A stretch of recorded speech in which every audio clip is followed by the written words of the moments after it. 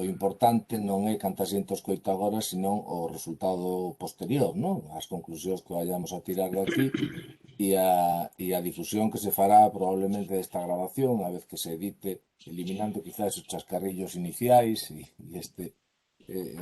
as cousas máis menos formais.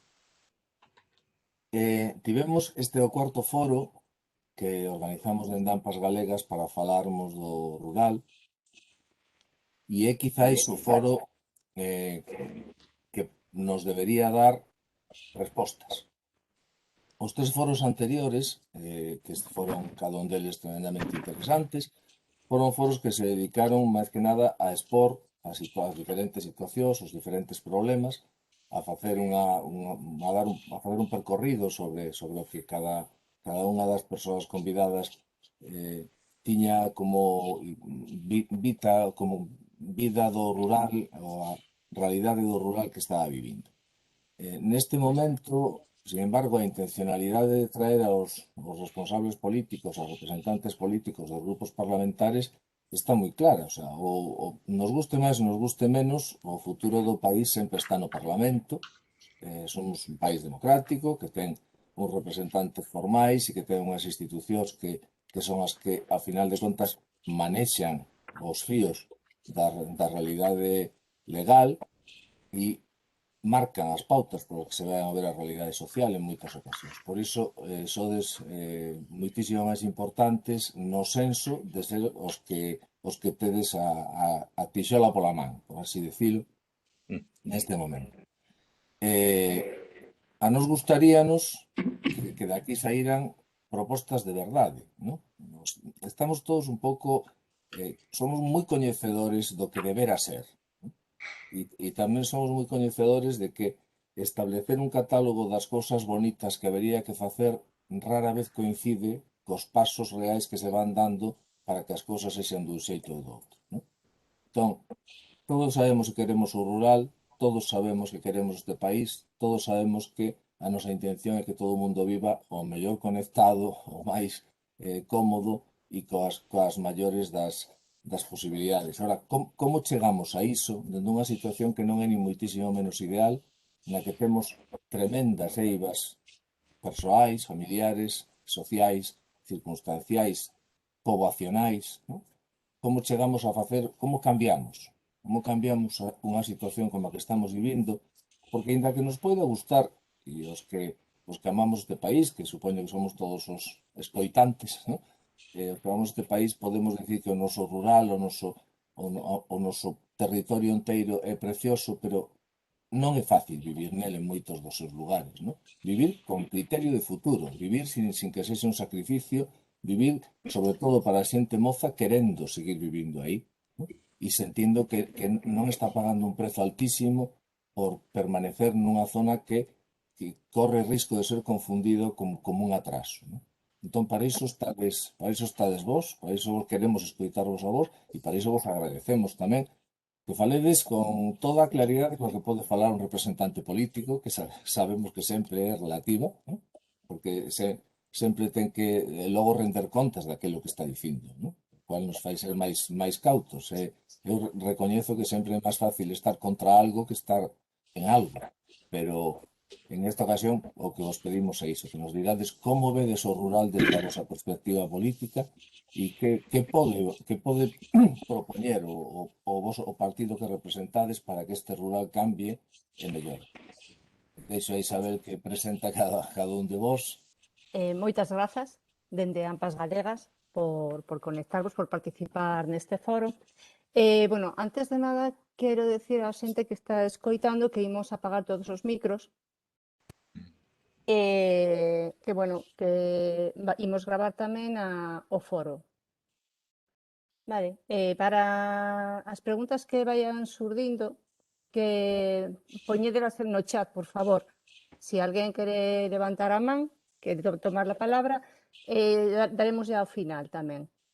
Primeiro presentamos aos poñentes, aos relatores, e ao final, pois, todo o que quera participar, pois, encantados. Imos empezar con o vídeo rodeiro, imos levar a orden de representación parlamentar, se vos parece ben. Comezamos co o vídeo rodeiro, que, bueno, polos datos que temos, deputado no Parlamento de Galiza dende o ano 2016, diplomado en profesorado de Educación Xeral Básica, especialidade en Educación Preescolar pola Universidade de Santiago, máster universitario en Serontoloxía, especialidade en Serontoloxía Social pola Universidade de Santiago tamén, técnico en Prevención de Riscos Laborales de nivel superior pola Universidade de Vigo. Alcalde de Boqueixón entre os anos 2015 e 2016 e tamén foi primer tenente de alcalde de Obras e Urbanismo 2007-2009, primer tenente de alcalde da Coordinación Sociocultural, Maior e Xuventude 2003-2007, concelleiro de Cultura, Deportes e Xuventude no 2003, director xeral de Xuventude e Voluntariado da Xunta de Galicia entre 2009 e 2015 e ha sido delegado da Xunta na provincia da Coruña entre 2016 e 2020. Así que o vídeo cando queiras. Moi ben, pois nada, moitas gracias, saudarvos a todos que nos están escoitando e sobre todo pois aos que nos vemos felicitar pois esta iniciativa e dar as gracias tamén polo convite. A verdade é que pois tamén é un placer pois compartir con Mili, que é un amante desa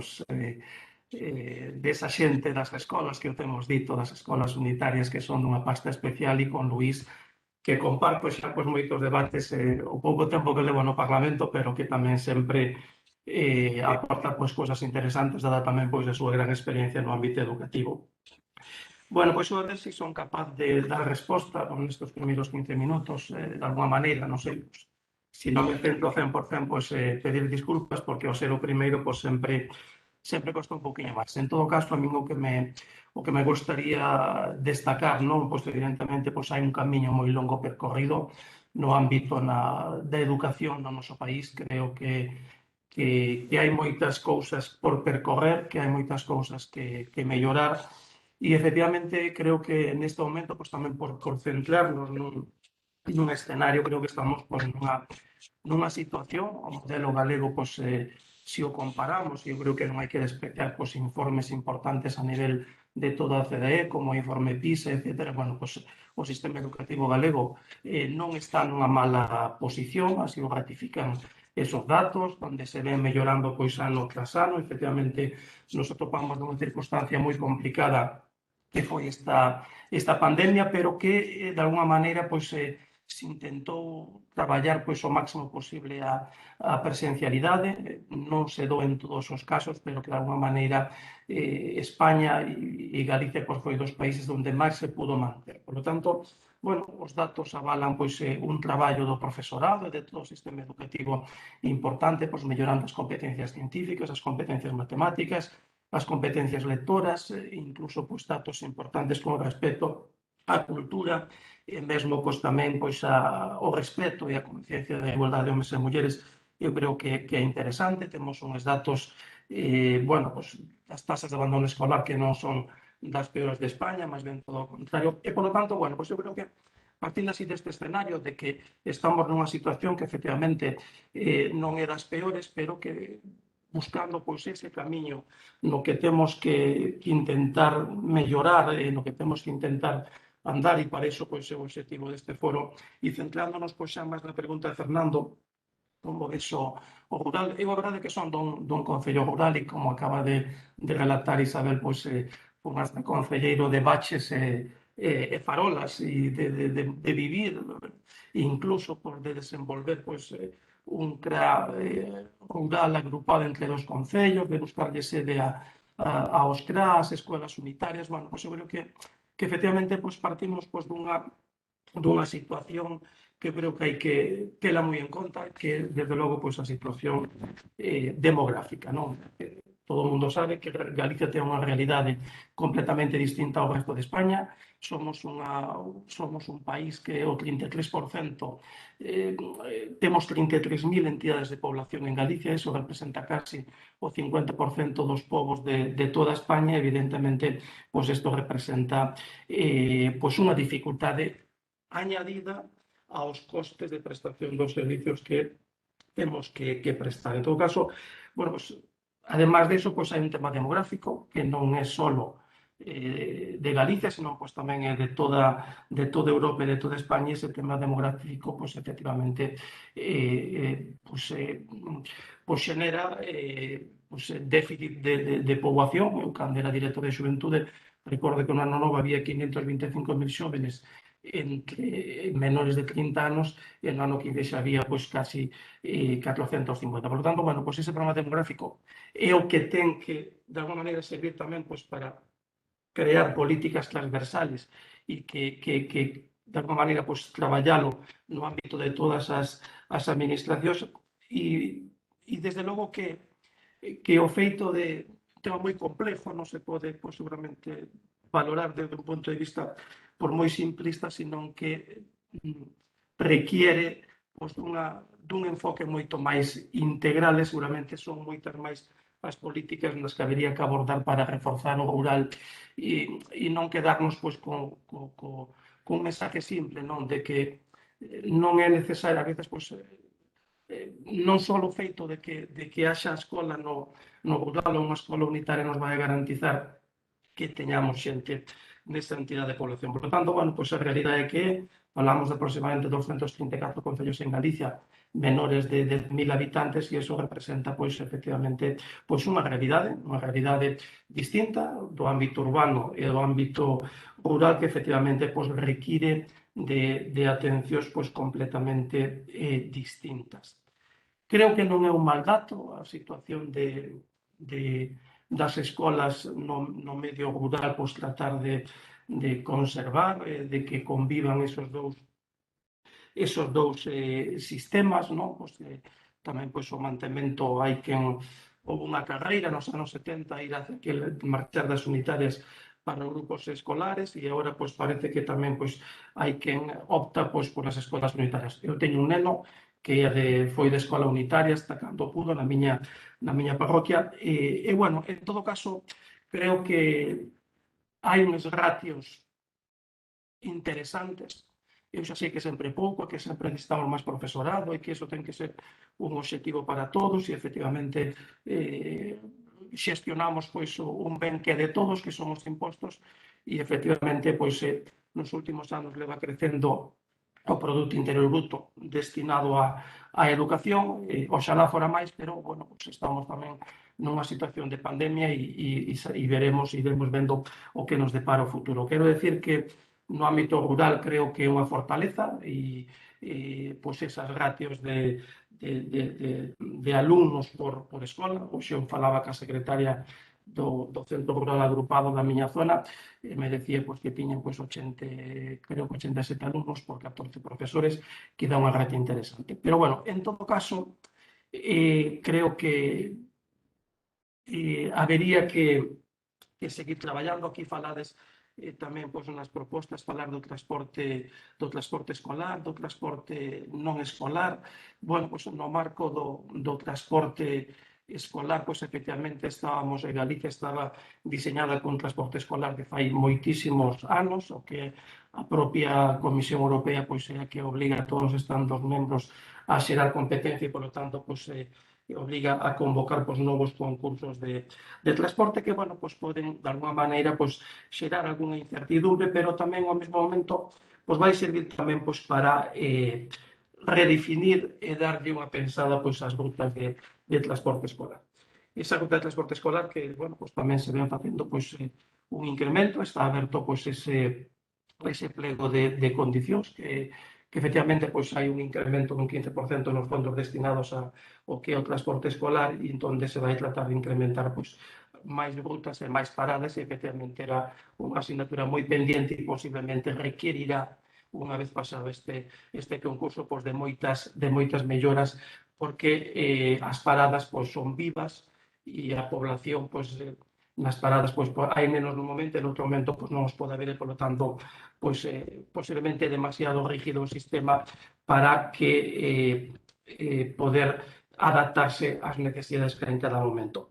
É certo que é importante decirlo, porque isto ten que ver coa financiación e ten que ver tamén coa demografía. O coste de transporte escolar en Galicia representa o 21,6% no marco de toda España, cando a nivel de poboación pois, de alumnado estamos moitísimo menos, e, polo tanto, claro, iso supón pois, unha dificultade engadida que, bueno, pois é preciso tamén, pois, de alguma maneira, pois, sexa financiada tamén pois, con respecto a iso.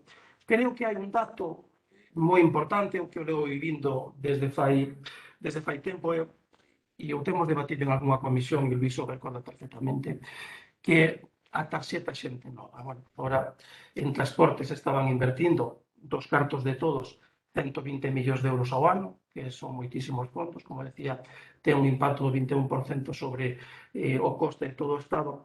E no que é a tarxeta xente nova, que empezou co transporte metropolitano nos entornos das 7 cidades, que se foi ampliando a distintas provincias, e hoxe pois falamos de que a posta en marcha integral do Plan de Transporte Público de Galicia, pois hai 3.100 liñas enmarcadas neste transporte público, e eu creo que hai un avance que se empezou ca gratuidade coa tarxeta xente nova ata os 19 anos, ora se ven de implementar ata os 21, isto de alguma maneira pois, pode dar un soporte tamén pois aqueles alumnos estos 21 anos pois, que non lles cubre o transporte escolar, como pois, os estudiantes de formación profesional ou de bacharelato ou mesmo pois, os primeiros anos de universidade.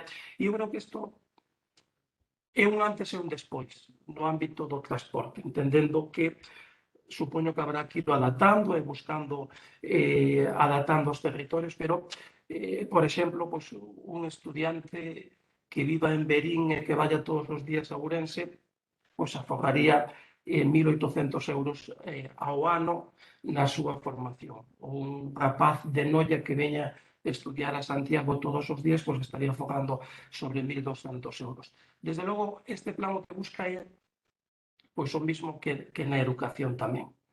Que haxa nenos nas escolas e que non haxa escolas vacías. Este plan o que busca é que non haxa autobuses vacíos e que haxa público nos autobuses. E isto ten a capacidade de que sempre que haxe público usuarios de transporte, pois tamén hai que intentar pois adaptar ese transporte. Por lo tanto, falamos dunha iniciativa que entendemos que é unha iniciativa social, que contribuye pois á economía das familias, que facilita tamén o acceso, como decía, aos servicios básicos como a educación, que fomenta pois unha mobilidade limpa e que de alguma maneira pois neste momento pois que hai 80.000 usuarios, isto é do ámbito interurbano e rural, os competentes do transporte nas cidades son as cidades e, polo tanto, non destes privilexios pois non disfrutan, salvo que cada cidade pois o pode implementar. Por lo tanto, bueno, creo que é un punto de partida polo menos a valorar e a ter en conta pois o tema do transporte, coas melloras que se poden ir implementando tamén no transporte escolar.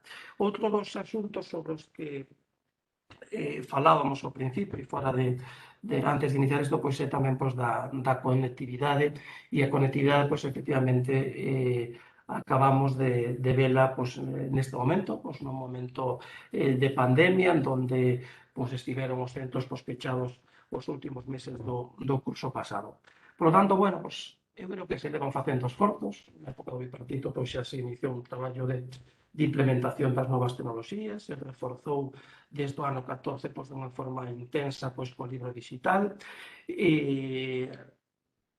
acabamos, hai moitos rapaces xa e moitos centros pois, que contan con ese libro digital e efectivamente hasta que, como di Fernanda, hasta que non cheguemos ao último neno, pois efectivamente que o teña, pois non damos por coberto o desplegue total. Pero de alguma maneira, bueno, pois esta pandemia pois, nos deu as dificultades que houbo cos alumnos, cos profesores, un incremento enorme de traballo por parte dos profesores para poder dar cobertura e poder atender a todos os alumnos, e despois por parte do Estado e por parte da Xunta, pois aqueles nenos pois, que tiñan dificultades, pero seguro que eso non chega, que é moi difícil chegar a todos, porque tamén ás veces pois, costa por parte das familias ou incluso dos nenos pois, trasladar esa necesidade de que o mellor non teñan os recursos suficientes. Eu creo que no ámbito da conectividade, os centros educativos todos contan con conectividade, creo que ese é un capítulo que está máis ou menos cuberto. Estamos falando pois, dunha competencia estatal, que se está facendo un despregue, eu creo que importante. É certo que hai núcleos de población, por esos 33.000 que temos, que son moitísimos, pois que non chega ao 100%. A verdade é que tamén o tema da fibra, sinceramente, pois me levei unha grata sorpresa, no sentido de que eu cando estiven de alcalde polo 15 e polo 16 nos decían que a fibra nunca iba a chegar. Houve unha aposta da propia Comisión Europea por desplegar a fibra en todos os territorios e, polo tanto, bueno, pois eu creo que de alguma maneira pois vai a chegar.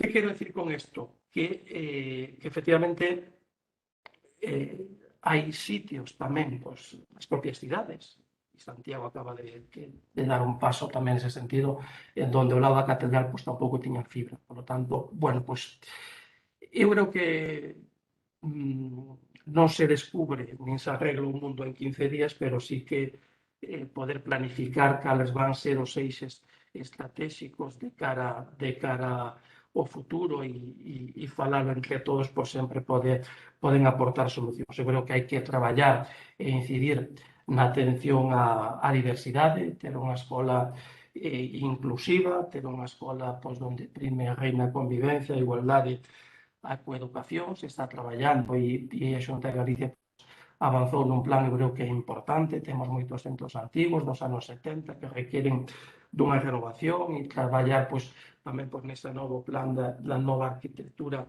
pedagóxica vinculada tamén pois, ao post-COVID e buscar a maneira de como adaptar xa non só as aulas, sino os espacios educativos con unha visión máis amplia e máis integral. Seguir traballando no ámbito da tecnoloxía e mesmo tamén pois, da intelixencia artificial. Eu creo que, bueno, pois poden ser uns dos eixes nos que efectivamente pois hai que asentar o futuro pois, do mundo educativo.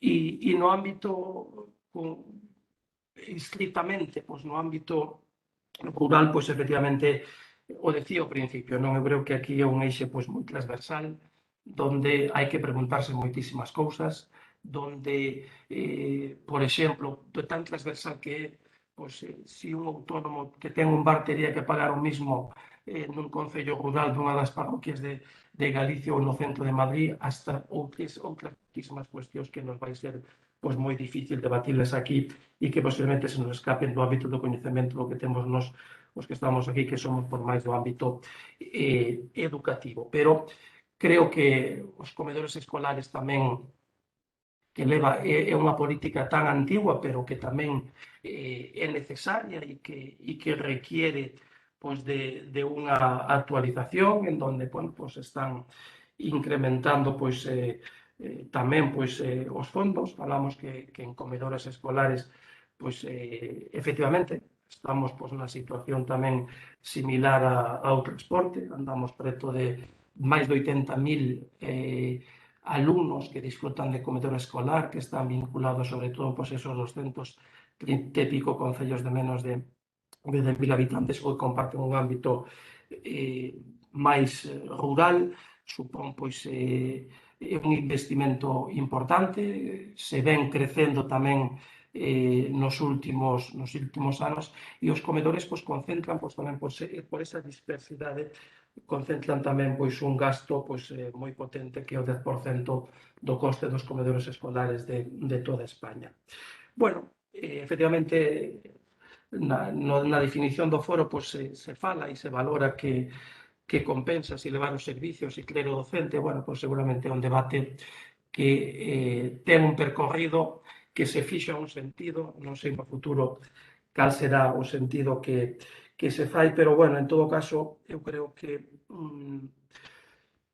independentemente que hai que traballar moito e queda moito por facer, bueno, eu vivo nun concello rural, tive a oportunidade de participar activamente na vida local en un concello rural, incluso porque fixemos pois, ese CRA tal, e cando fui alcalde pois, metimos moitísimos fondos propios municipales do concello para esas escolas unitarias. Bueno, pois aí isto daría para abrir, non? Eu decía a Mini que pois porque igual que aqueles axentes de extensión agraria dos anos 70 eran unha pasta especial, pois tamén no ámbito educativo, pois parece que son pois distintos eses profesores das escolas de antes, onde se decía que pasas máis fame con mestre de escola, onde se podía, seguramente, non sei se era máis vocación ou menos, pero desde logo acreditaba que había unha gran vocación pois nese profesorado do mundo rural, que é moi importante pois mantelo vivo e efectivamente pois creo que, bueno, pois esa vocación pois daría pois a haber outro debate seguramente pois no ámbito da selección da función docente, de todos os pasos que hai que dar na función docente. Na comisión de reactivación da que forma parte Luís, pois tamén estivo a decana e presidenta dos decanos de España do ámbito da educación, e tamén se trasladou pois un montón de cousas, e bueno, pois é unha educación pois elemental rural máis cercana, onde as familias pois poden ter unha proximidade, e esa proximidade pois eu creo que é positiva. Non sei como vou de tempo, a verdade é que estou soltando o rollo que igual já estades cansados do hilo e non vos aporto moito, e polo tanto, pois non sei cal é o meu tempo, se vou ben, pero se vos parece, pois paro aquí esta primeira intervención e despois pois seguimos debatindo ou escoitando as preguntas. Moitas grazas. Grazas a ti, Ovidio. Sí, logo podedes seguir cando rematen as 3 intervencións, se estades de acordo. Agora vai falar Mini, Xosé Luis Rivas Cruz, de 70 anos, nado en Pacios de Begontes, en Lugo, en suño de 1951, mestre de primaria que exerció sempre no rural, foi durante 20 anos mestre de unha unitaria. Gustalle cantar e a etnografía. Exerciu de activista cultural e político toda a súa vida adulta. Agora xa no Solpor é diputado, portavoz de Medio Rural no Parlamento Galego polo BNG. Ten algún libro escrito e algúns discos gravados con Fusan nos ventos e con Aquenya. Autor de máis de medio cento de cancións, autor de peciñas infantís de urxencia e alguna que outra afección, orgulloso de ser galego e chairego de nación. Mini, cando queiras. Moi ben, moitas gracias, boa tarde. Eu quería ser, idesme permitir ser un pouco ambicioso, non? Para o rural que queremos, eu creo que debemos saber de onde vimos, de que rural vimos. Eu quería dar unhas pinceladas a respecto. Quería dicir que nos anos 30, máis ou menos, hai unha vaga migratoria de regreso, e que iso condiciona moitísimo o rural porque se crean cantidade de sociedades agrarias e que se establece un bule moi forte que se demostra en selección de semillas, en seguros para vacas, nunha actividade tremenda que se trunca no 36. No 36 nace un rural marcado e mancado pola represión e polo inmobilismo, non? Un rural cheo de medo, un rural cheo de desconfianza e un rural pechado, condenado ao autoconsumo e á autosuficiencia, non?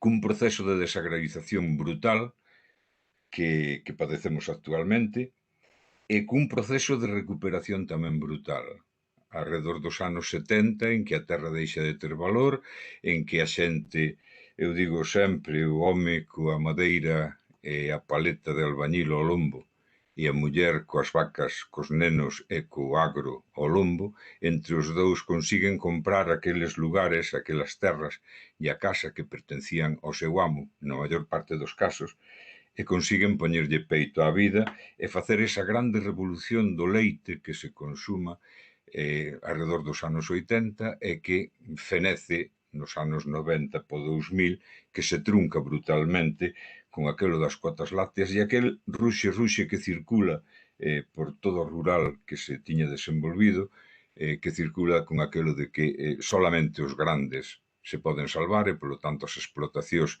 que teñan 30, 40, 50, cada vez os grandes teñen que ser máis grandes e entonces prodúcese o segundo proceso de desagrarización.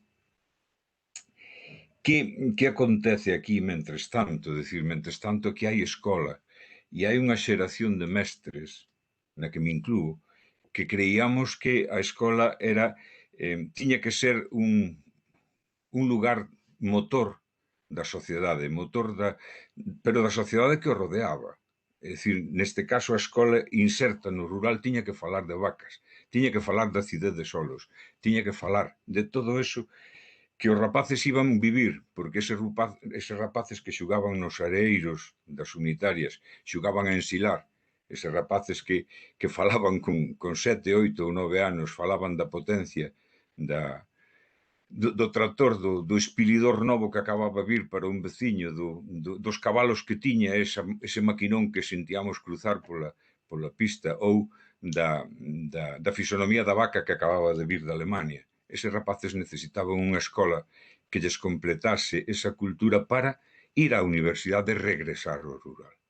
Regresar a cuidar vacas ou a transformar produtos ou a facer outras actividades que non estuveran encardinadas no rural, pero vivir nun rural vivo. Eso non foi posible porque o sistema educativo foi absolutamente cativo e cretino. Eu diría as dúas cousas. Cativo porque non soupo meter nos programas eses contidos e esa realidade. E mezquiño porque intentou a toda costa seguir a corrente que viña xa desde antes do 36, e era sacarnos da lama, como se a lama fose algo malo, sacarnos do idioma, como se o idioma fose algo malo, e sacarnos daquela cultura que cría nas meigas dos castros, e que era realmente a reseña que o mundo rural tiña da súa historia, tiña do seu ser, da súa identidade. E non foi capaz de acompañar aos rapaces polos arredores do seu concello e mostrarlle os lugares que viñan nos libros, pero que non viñan especificados nos libros, pero que marcaban a historia. Aquel castro da Colán Riba, aquela Pena da Moura, aquel mosteiro cercano que foi posiblemente motor nos séculos XII, XIII, XI, X, que foi motor da economía, introducindo novas técnicas agrarias, todo eso non formaba parte do currículo dos mestres que accedíamos ao rural e tampouco formaba parte do currículo do que os rapaces deberían aprender. E así, de aí saleu unha sociedade mancada, unha sociedade chea de medo, unha sociedade desconfiada e unha sociedade que non cría en si mesma. Un rural que, a pesar de todo, foi capaz de facer esa grande revolución. E, a pesar de todo, sigue falando. E, a pesar de todo, está esperando que alguén lle descubra cales son os fitos da súa historia e cal é as súas posibilidades. E temos, porque ese é o rural do que vimos. Que rural temos? Pois temos un rural desestruturado territorialmente, con grandes desniveis. Temos un rural no Eixo Atlántico, que é un rural moi poboado, un rural dinámico. Temos un rural máis acó do Eixo Atlántico, que ten concellos e comarcas onde hai un forte impacto de explotacións lácteas, e un rural medianamente activo económicamente, bastante activo económicamente, e temos un rural absolutamente abandonado, absolutamente deixado da mão de Deus e dos homes. Esa desestructuración territorial máncanos como país, como sociedade que somos, non? E máncanos no abandono, máncanos no deterioro dos servicios, máncanos no anticuado, máncanos no avellentado e máncanos no caciqueo. No caciqueo, máncanos na dependencia, na interdependencia que temos de determinada xente. Teño que acudir a alguén para solucionar calquera problema, porque non confío nin nas leis nin na xustiza. E agora encontrámonos cun rural vendido e expoliado. E refírome aos encoros, ás minas, refírome aos eólicos, refírome á forestación brutal, refírome a un futuro que se cerne sobre nós bastante duro, bastante fastidiado. Non creades, sempre, no Parlamento sempre se me achaca que son, como se di, derrotista, non é certo. Non é certo. Sigo aos meus 70 anos absolutamente esperanzado, porque creo que o rural que eu vin, que foi capaz de salir da fame nos anos 50, o rural que eu vin que foi capaz de salir do autoconfinamento no que estaba nos anos 70 e pico, 80, no que eu son mestre presencio, e son testemunha e intento axudar no que podo dese grande esforzo que falaba antes o vídeo dos axentes de extensión agraria, do centro de Mabegondo, decir, de todo eso que se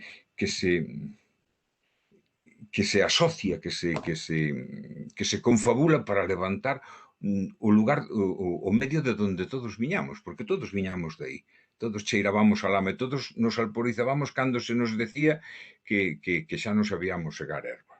Eu fun coa jadaña, todos presumíamos deso, non? Por que? Porque no fondo o estigma, estamos marcados con ese estigma do agrícola, do agrario, estamos marcados co estigma dos paxaros, estamos marcados co estigma do medio no que vivimos. Que rural queremos desde o nacionalismo? Pois eu diría que o nacionalismo que nace precisamente, posiblemente, desa contradición, desa profunda ferida que marca a obrigatoriedade de non falar galego para ser fino, para poder medrar, a obrigatoriedade de non pensar nas cousas do país, de negar a nosa propia mai, nas cancións que nos cantaba cando nos arrolaba. Nos queremos un rural precisamente transformador, productor e transformador, porque sabemos que é un rural exiguo, é un rural que está no 21% de superficie agraria útil, cando calquera país de Europa está no 40 e pico, ou máis. Claro, por que nós non, cando eu idesme permitir, cando eu iba á escola, cando estudiaba, agora parece ser que estudio máis que daquela, cando estudiaba, decíasenos que a provincia de Lugo era a provincia que máis cabezas de vacuno tiña do Estado español. Decíasenos que había dous países privilexiados para a produción agrícola. Un era Kenia e o segundo era Galicia. É dicir, un país que ten centenares de microclimas, que ten solos de todo tipo, que ten unha vizosidade que eu digo montós de veces porque ademais é unha realidade que contemplo no meu tellado constantemente, que nos naza erva nos tellados. Un país con esa vizosidade, con esas posibilidades agrícolas non pode ter o 21% de superficie agraria útil nada máis. Por tanto, se nós conseguimos pasar a un 40 ou un 45% e conseguimos un rural produtor e transformador, é dicir, que polo tanto acopia tamén o valor engadido. Se conseguimos un rural que é o que pretendemos e o que queremos, un rural consciente, aproveitador dos seus recursos. Consciente dos seus recursos é moito dicir, e é importante conseguilo. Por qué? Porque hai 60 e pico de anos expropiáronnos a auga, montaron en coros nos millores vales deste país para producir electricidade e seguimos pagando electricidade máis cara e durante moitísimos anos tuvemos unha luz de miseria e alumábamos cun candil a 15 kilómetros do salto da auga. Se conseguimos virar eso, que non nos expropien o vento e que o vento nos aproveite a nós directamente, se conseguimos que os recursos mineiros, os croios de silicio que se transforman en millonadas e regresan a nós como varas de silicio puro, despois de deixar o valor engadido e todo o resto de valor pagado nunha miseria aquí, se conseguimos que os proxectos mineiros, porque seguimos sendo, os romanos sacaron canto ouro puideron, pero nós seguimos tendo moitos ouros no noso país. Se conseguimos ser conscientes do noso potencial e administralo, porque deso se trata, se conseguimos un rural que esteña orgulloso da súa fala, e é moi importante, porque na fala está a maneira de ver o mundo, a maneira da que eu me identifico con cada un de vós dos que estades aí, porque a fala é o nexo de unión, o nexo que fai que señamos unha sociedade. Se conseguimos que estar orgullosos do noso papel na sociedade, e sobre todo se conseguimos pensar que o noso diálogo que tuvemos a pé de leira durante séculos con este territorio e que deu como resultado pois un minifundio atroz, pero que ese minifundio pode convertirse nunha das nosas millores armas para compartir a economía e o solo e o territorio. Se conseguimos esa modernidade que está nas explotacións de todo tipo, non estou falando só de leite, porque parece que Galicia é só leite, non é certo. Galicia ten horta, ten unha serie de historias máis, ten forestal, ten monte, que é distinto do forestal. Se conseguimos unha sociedade moderna, é dicir, moderna quere dicir que un rural, para nós, quere dicir que un rural como este, que é capaz de invadirnos, se non nos xestionamos, e se non nos xestionamos a pé de territorio. Por tanto, necesitamos o deseño que se fixo nese diálogo que vos decía antes é un deseño de dispersión. Vivimos escajallados, como se di habitualmente. Claro, pero é que o territorio non nos permite vivir de outra maneira. Temos que vivir a pé de leira, a pé de territorio, para xestionalo, porque senón cómenos. 2 anos sin visitar un monte, ten unhos toxos e unhas xestas e unhas carqueixas e unhas uces de 1,5 metros de 2 metros. Entonces, eso necesita unha xestión directa. Eso é modernidade. E, ademais, nos tempos do Pacto Verde, da bioeconomía, de todas esas palabras que se lle enche a todo Dios e a min tamén a boca, cada vez que se pronuncian e que son moi difíciles de masticar. Eso é modernidade. E para nós ese sería un rural moderno. Un rural coas últimas tecnoloxías ao servicio das familias e das explotacións pequenas a pé de leira. E, desde logo, para ese rural, vista a diagnose, creo que todos compartimos a diagnose dun rural de abandono, con illas, con perlas. Ese rural necesita un plan de desenvolvemento integral, de desenvolvemento e xestión integral do territorio, no que teñen que participar varias consellerías, no que ten que facer un esforzo orzamentario o goberno galego, seña que enseña, e que ten que, ao mesmo tempo, iba a dicir que non retira servizos, ao mesmo tempo que recupera servizos, a ese mesmo tempo ten que darlle o dinamismo necesario para que ese rural seña un rural de bandeira. E Galicia deixe de ser eso que se dá en decir de España, España abandonada, a España olvidada.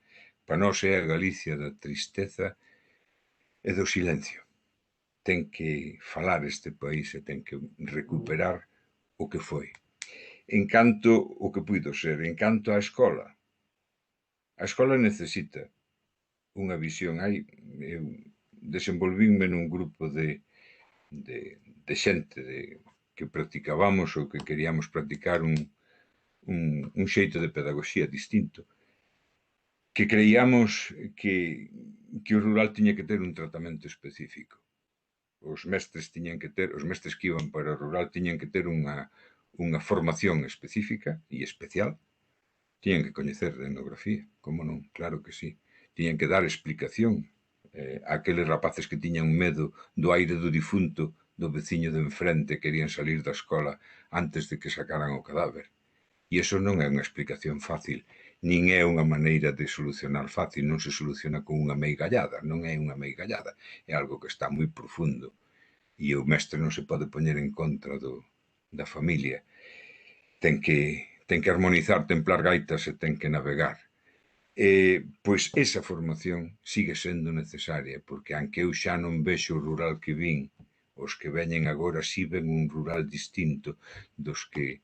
E o rural necesita unha adaptación e non unha adaptación, necesita unha escola próxima, unha escola ao servizo do desenvolvemento do rural, porque o rural, repito, ten futuro, e non ten futuro en 4 obriñas, ten futuro nunha enorme obra pola que está esperando desde hai moito tempo.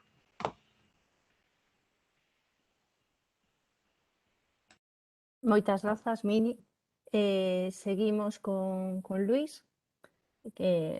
Luís Álvarez, nacido no Franco, en Asturias, en 1963, licenciado en Ciencias Matemáticas pola Universidade de Santiago de Compostela e máster en Dirección Pública, Políticas Públicas e Tributación pola Universidade Nacional de Educación a Distancia. Profesor de Educación Secundaria da especialidade de Matemáticas dende 1986, desenvolvendo docencia en institutos en Tineo, Chantada, Betanzos e Ribadeo. Inspector de Educación dende 1997, desenvolvendo esta actividade na provincia de Lugo tamén como inspector xefe entre o 2005 e 2007. Delegado provincial de Educación na provincia de Lugo entre 2007 e 2009, concelleiro en Lugo de entre 2011 e 2015 nas áreas de urbanismo e medio ambiente. E primeiro tenente de alcalde. Así que, Luís, cando queiras. Moi ben, moitas gracias, Isabel. Supoño que se me oi ben, porque comentaba antes Fernando que se entrecortaba. Vale, teño unha conexión correcta. Bueno, en primeiro lugar, quero agradecer a oportunidade que nos dades de participar neste foro que creo que é extraordinariamente interesante por os obxectivos que plantea desde o principio. E, evidentemente, o rural galego e a escola rural en concreto teñen problemas que describiron dunha forma, digamos, se queredes, máis aséptica. O vídeo é moitísimo máis poética mini, acorde coa súa tradición, coa que de verdade nos satisface con frecuencia no Parlamento, non? Pero, en todo caso, eu concordo con unha das cousas que concordo en xeral, non? Co que dixeron, pero unha das cousas que acaba de comentar Mini e é que o rural galego ten que ser planificado dunha forma integrada. Podemos falar con palabras máis ou menos grandilocuentes, podemos dicir que se necesita unha visión estratégica de que queremos para o rural galego, podemos decirlo dunha forma máis coloquial, pero o que é certo é que esa visión de forma integrada requiere a creación de servicios de apoio para a ciudadanía, servicios de apoio dos que evidentemente vamos a falar a continuación, pero tamén con un desenvolvemento económico específico para atender as necesidades que ten. Non se trata, polo tanto, de adoptar medidas sectoriais de forma illada, como se ven facendo, non de forma exclusiva en Galicia. Eu non quero convertir este foro nun pim-pam-pum entre o Partido Popular, o Bloque Nacionalista Galego e o Partido Socialista de Galicia. Entendo que o objetivo é buscar alternativas, buscar solucións, pero, insisto, non é un problema de Galicia, se teñen adoptado múltiples medidas de carácter sectorial que poden ter sido máis ou menos exitosas.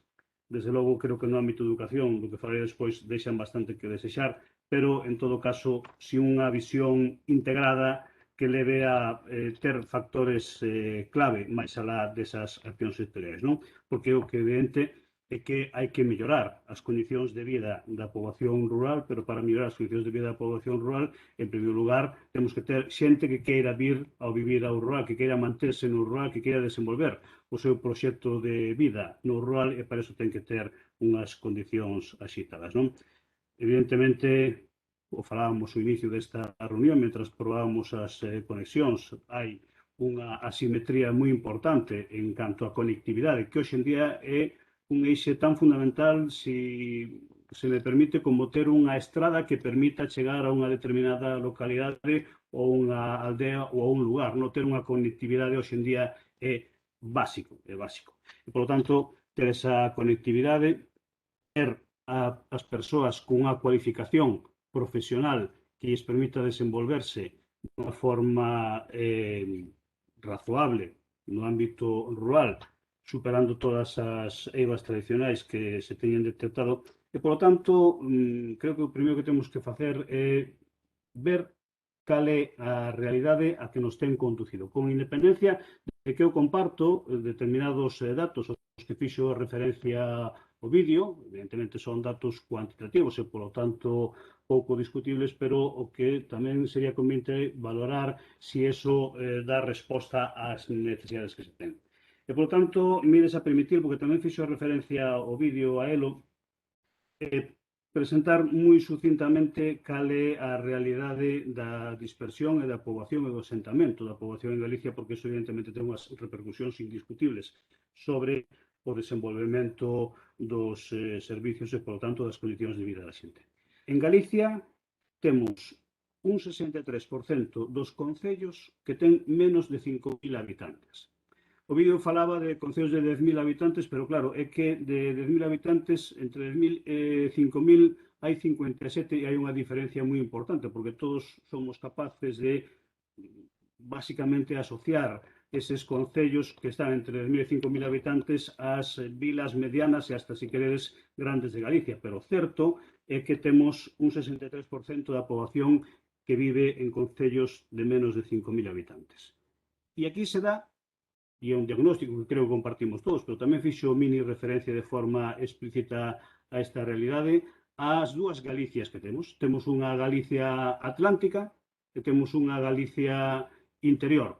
E non se me van a enfadar, evidentemente, os de Lugo, porque diga que Lugo é unha provincia interior que tamén é unha provincia costeira. Por suposto que sí, pero todos asociamos, evidentemente, Coruña, Pontevedra e Lugo e Ourense por outro lado. E por qué? Porque en Lugo 81% dos concellos de Lugo ten menos de 5.000 habitantes. 81%, é dicir, a práctica totalidade da provincia. Vamos a descontar de aí Lugo, vamos a descontar Monforte, vamos a descontar Vilalba, Viveiro, etc., pero o 81% están nesa excepción. E no caso de Ourense, 88%.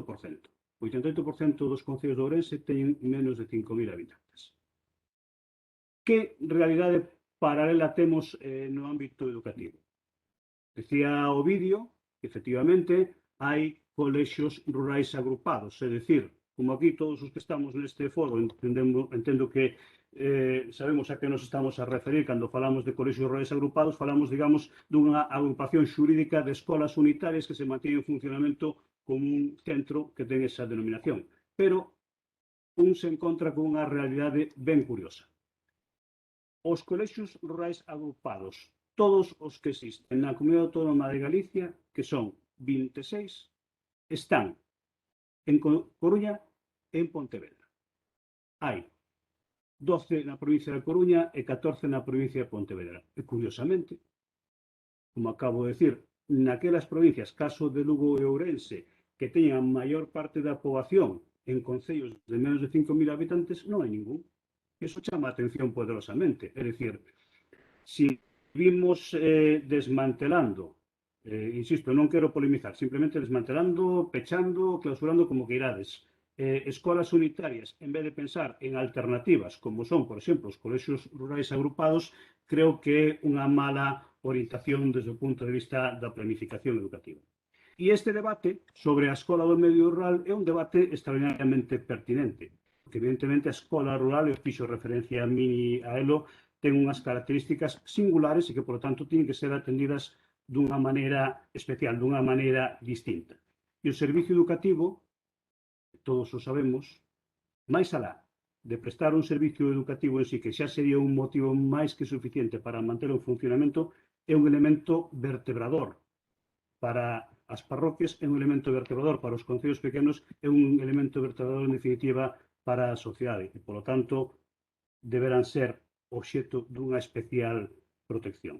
E é certo, o declive demográfico que temos en xeral nesa, a mí non me gusta moito o término, pero bueno, comparto, esa España vacía ou vaciada, según quen o diga e como diga, leva a que nos últimos anos, particularmente nos últimos 10 anos, evidentemente relacionado tamén coa caída da natalidade, se reducirá o número de alumnos nas escolas rurais, particularmente en Galicia. Pero non é menos certo que a práctica totalidade dos centros públicos que funcionan nos concellos pequenos, non só en Galicia, sino en España, son centros públicos. E, polo tanto, é evidente que detrás dun mantemento dun servizo nunca está a iniciativa privada. Sempre está o sector público, sempre están as políticas públicas que son as que deben manter sempre esa cohesión social, esa garantía mínima de funcionamento. E é certo que podemos entrar nunha dinámica de facer unha análise estritamente cuantitativa, é dicir, con cantos alumnos mantemos aberta unha escola unitaria. E podemos entrar nunha guerra de cifras. Podemos dicir que se en Galicia cando hai menos de 6 se pecha, certo, que en outras comunidades autónomas con 5 se pecha, e hai un de diferencia. Bueno, un alumno de diferencia creo que é, desde logo, unha forma de medir a necesidade do servicio público ben cativa. Porque teñamos un neno máis ou un neno menos, decidimos se pechamos unha escola. Por lo tanto, é un problema, insisto, que se dá en Galicia, pero non de forma exclusiva en Galicia. E iso leva a un empeoramento das condicións en xeral da poboación. Podemos falar, evidentemente, que se queredes despois, non sei se vai a xurdir o tema, de servicios sanitarios, de servicios sociais nos concellos pequenos, etc., etc., etc., pero falando exclusivamente do ámbito educativo, nos encontramos en primeiro lugar, e iso non fai falta ser particularmente sagaz ni visionario, con que esa realidade de peche de escolas e de restricción do número de mestres e de profesores, no caso de institutos dos entornos rurais, leva, en primeiro lugar, a que as posibilidades de reforzo educativo para os alumnos e alumnas que se o necesiten non existan ou sexan moitísimo máis difíciles en centros dos entornos rurais. Outro elemento ao que non se dá importancia ou non toda a importancia que debera, desde o meu punto de vista, pero que imbrica directamente, como comentaba Mini, é a posibilidade de atender a optatividade que teñen esos alumnos, porque evidentemente a optatividade, unha de dúas, se a queremos, debe ser para todos. E se non, quitámosla do sistema educativo. Eu, evidentemente, son partidario de manter a optatividade, pero unha vez que se decide que haxa optativas no sistema educativo, ten os mesmos dereitos a ter unha optativa un alumno do Concello de Cervantes, en Lugo, ou un alumno, non quería falar moito de Abamonde, pero do Concello de Abamonde, xa que Mini é de ali, para ter unhas determinadas optativas, que un alumno que cursa os seus estudios no Instituto do Centro de Pontevedra Cidade. Eso é evidente. E hai outra cousa co que tamén coincido con Mini, porque ademais non é que o diga Mini que eu coincido moito con Mini, que coincido, sino simplemente porque tamén está estudiado dunha forma específica e é a necesidade de formación específica para o profesorado que imparte a súa actividade docente nos entornos rurais. Ten unhas singularidades que deben ser coñecidas, que deben ser respectadas e que deben ser postas en valor. Non desde o punto de vista limitativo, sino como unha riqueza. E isto non se está facendo, non se está dando unha formación específica, sino que está ocorrendo todo o contrario. E é que hai unha precariedade e inestabilidade no profesorado que imparte docencia en ámbitos rurais moi elevada, para entendernos e falar de forma coloquial. O profesorado, digamos que vai de forma voluntaria a centros rurais e unha porcentaxe moi pequena comparado con aquel que vai destinado de forma obligatoria, que, polo tanto, en canto pode, vai a outros destinos, porque, evidentemente, facendo uso da súa liberdade de elección, lle resultan máis atractivos, pero a clave está en facer atractivo ese entorno rural neses centros rurais. E, evidentemente, temos tamén que valorar a necesidade de que os entornos rurais, en concreto no servicio educativo, teñan unhas infraestructuras e unhas dotacións idénticas en calidade, en cantidade, digamos, de rateo por alumno que teñen os centros, digamos, máis urbanos. E digo isto porque dixo o vídeo, ten razón, cando se iniciou as concentracións escolares da Lei Xeral de Educación do ano 1970, se construíron todos esos colexios que agora temos, evidentemente, esos colexios agora teñen 50 anos. E un edificio con 50 anos xa sabemos o que lle pasa. Hai que facer unha cantidad de inversión enorme para mantelo nunhas condicións aceptables. Pero tamén hai que manter unhas condicións aceptables aqueles centros rurais máis pequenos que decidamos manter en funcionamento. Por lo tanto, temos un problema de infraestructuras, temos un problema de dotacións didácticas e pedagóxicas neses centros. Esta, si queredes, temos un problema de dotación de ordenadores, algo tan elemental e de conectividade como o que comentábamos ao principio, non, que é absolutamente clave en este momento. Por lo tanto, que deberíamos facer para garantir un rural no que mereza a pena vivir, que a xente queira vivir?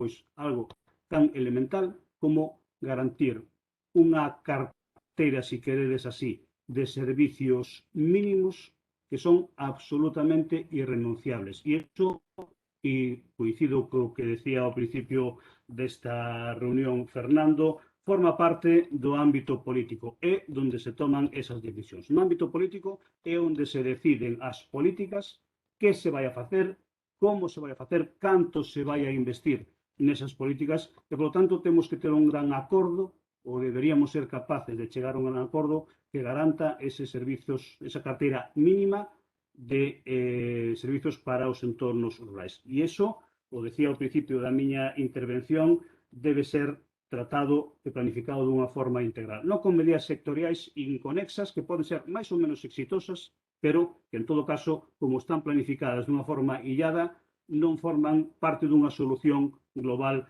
a todo ese problema.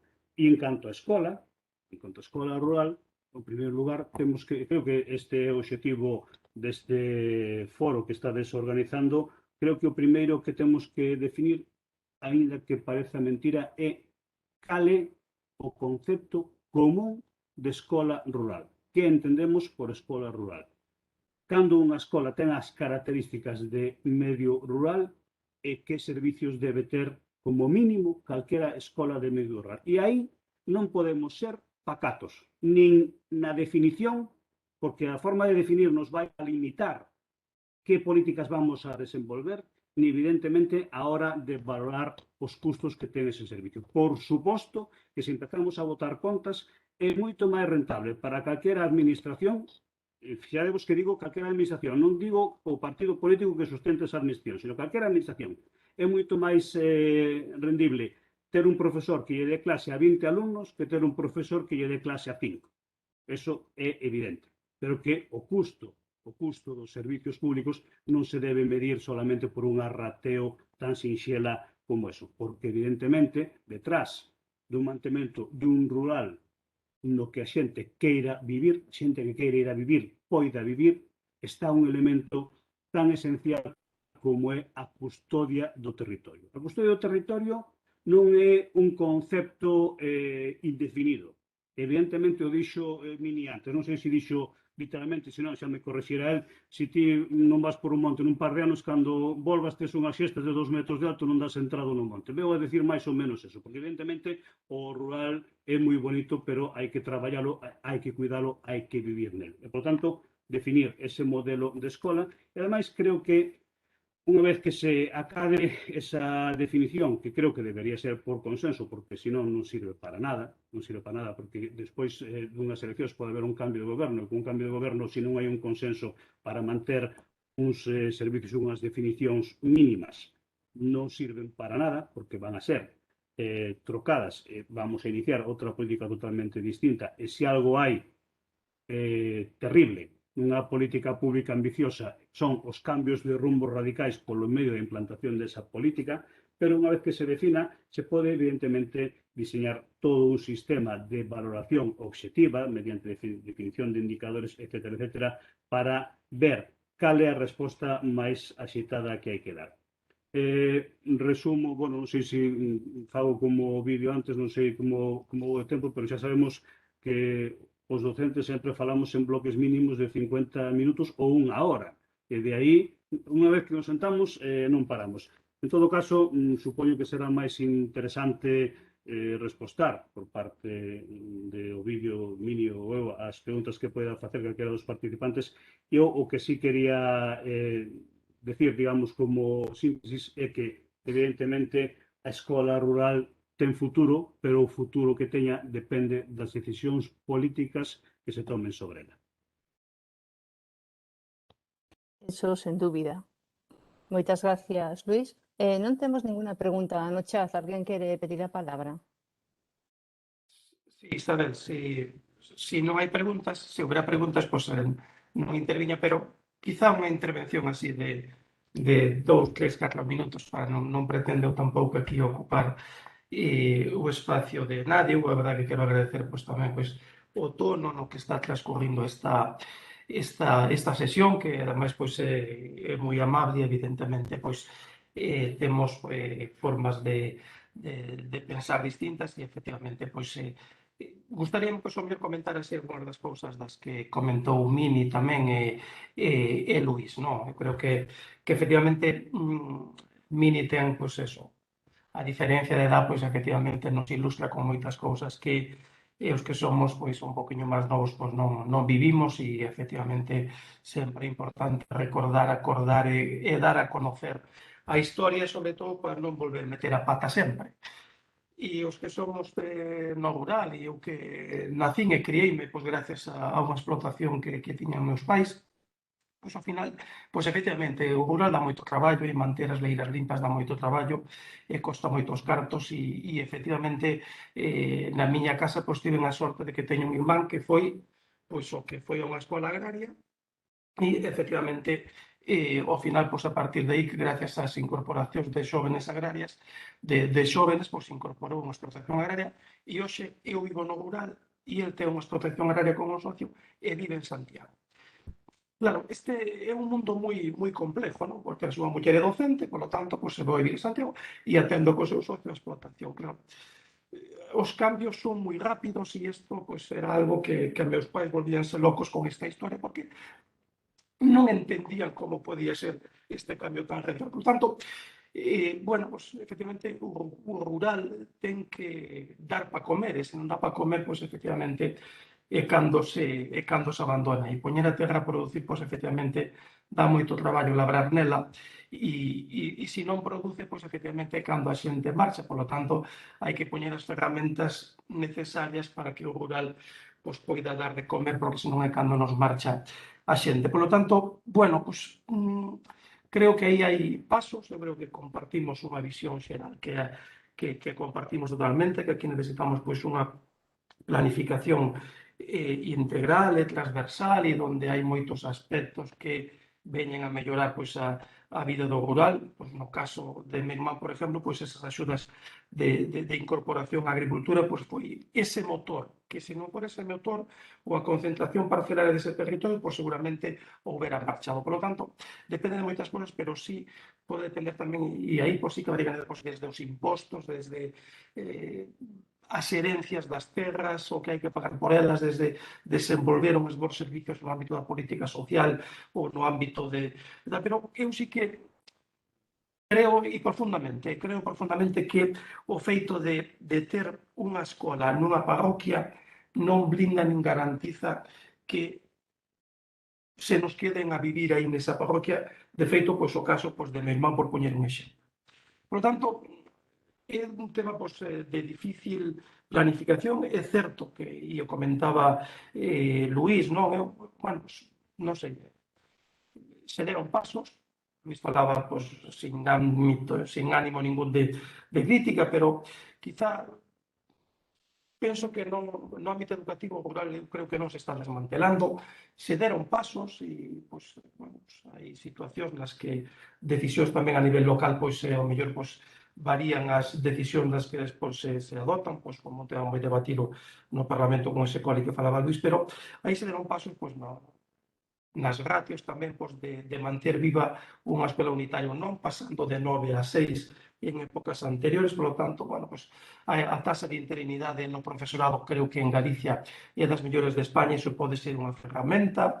Por lo tanto, bueno, pues, eu creo que sí comparto en que é un tema totalmente transversal de servicios no rural para provocar que a xente se quede aí. Creo que a lei de terra agraria vai levar moitos anos desenvolvela, porque unha lei deste calado pois vai levar tempo. Concordo o 100% con Vini de que a terra ten que ser temos pouca terra productiva, pero efectivamente os que vivimos cerca do rural e nos tocou algún día pois muxir unha vaca ou atender tal, pois dá moito traballo e a xente pois efectivamente escapa e eso ten incentivos ou senón pois efectivamente é complicado. Por lo tanto, bueno, pois eu creo que o meu plantexamento eu quería trasladar de alguma maneira pois compartindo esa visión transversal de apostar polo rural.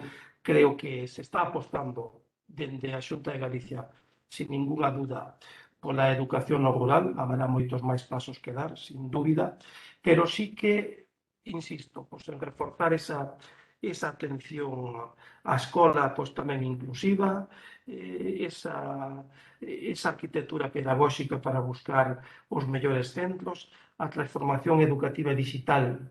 O vimos nesta pandemia, non nos queda outra. Eu teño familia en Venezuela e me contaban con un primo de 10 anos que leva toda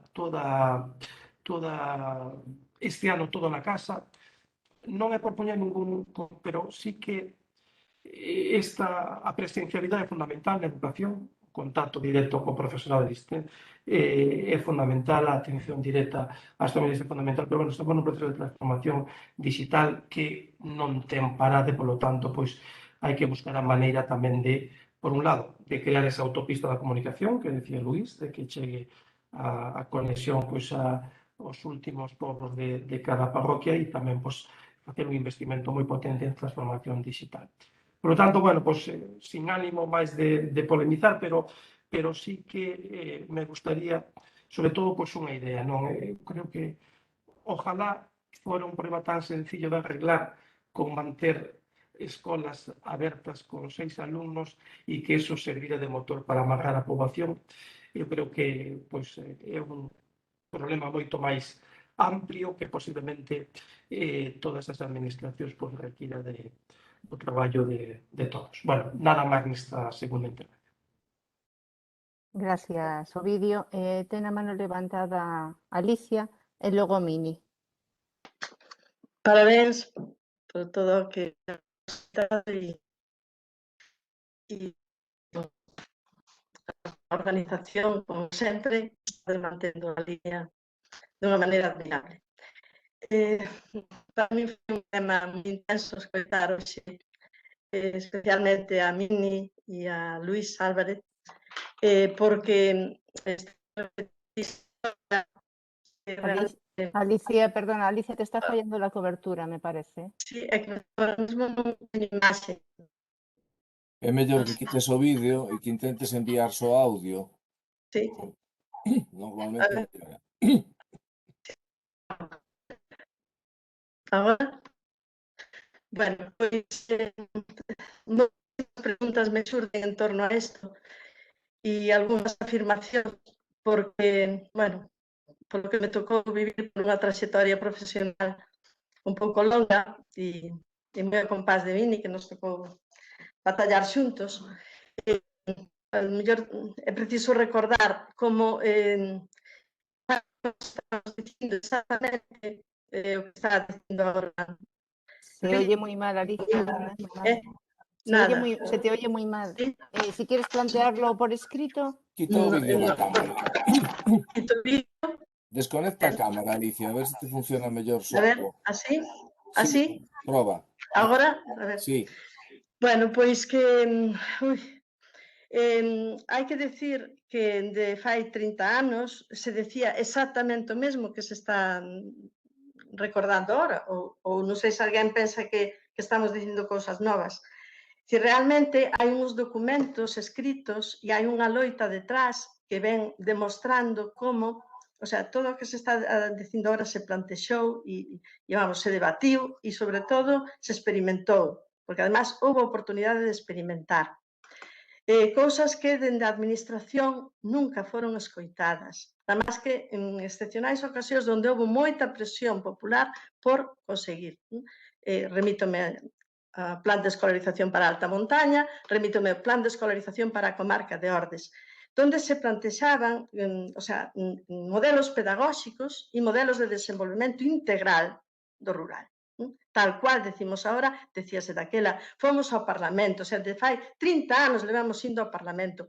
Eu pregunto agora, e pregunto aos de agora, como habría que enfocar para que a administración escoitara, simplemente para que nos escoitara.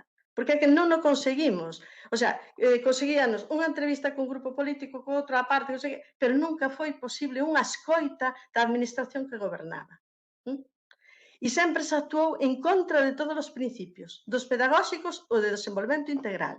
E logo todo foi en machacar e machacar, pero directamente machacar o rural. Cando en Galicia levábamos un retraso enorme no aplicación de, no de implantación dos CRAS, eu que estuve na mesa estatal de MRPs durante moitos anos e viñen levando o pulso de que se facían todas as comunidades autónomas, podo asegurar que en Galicia militamos e militamos polo que aquelo no resto do Estado xa estaba máis que asentado. O sea, poñer os CRAS en Galicia a andar foi un parto dos montes, vale?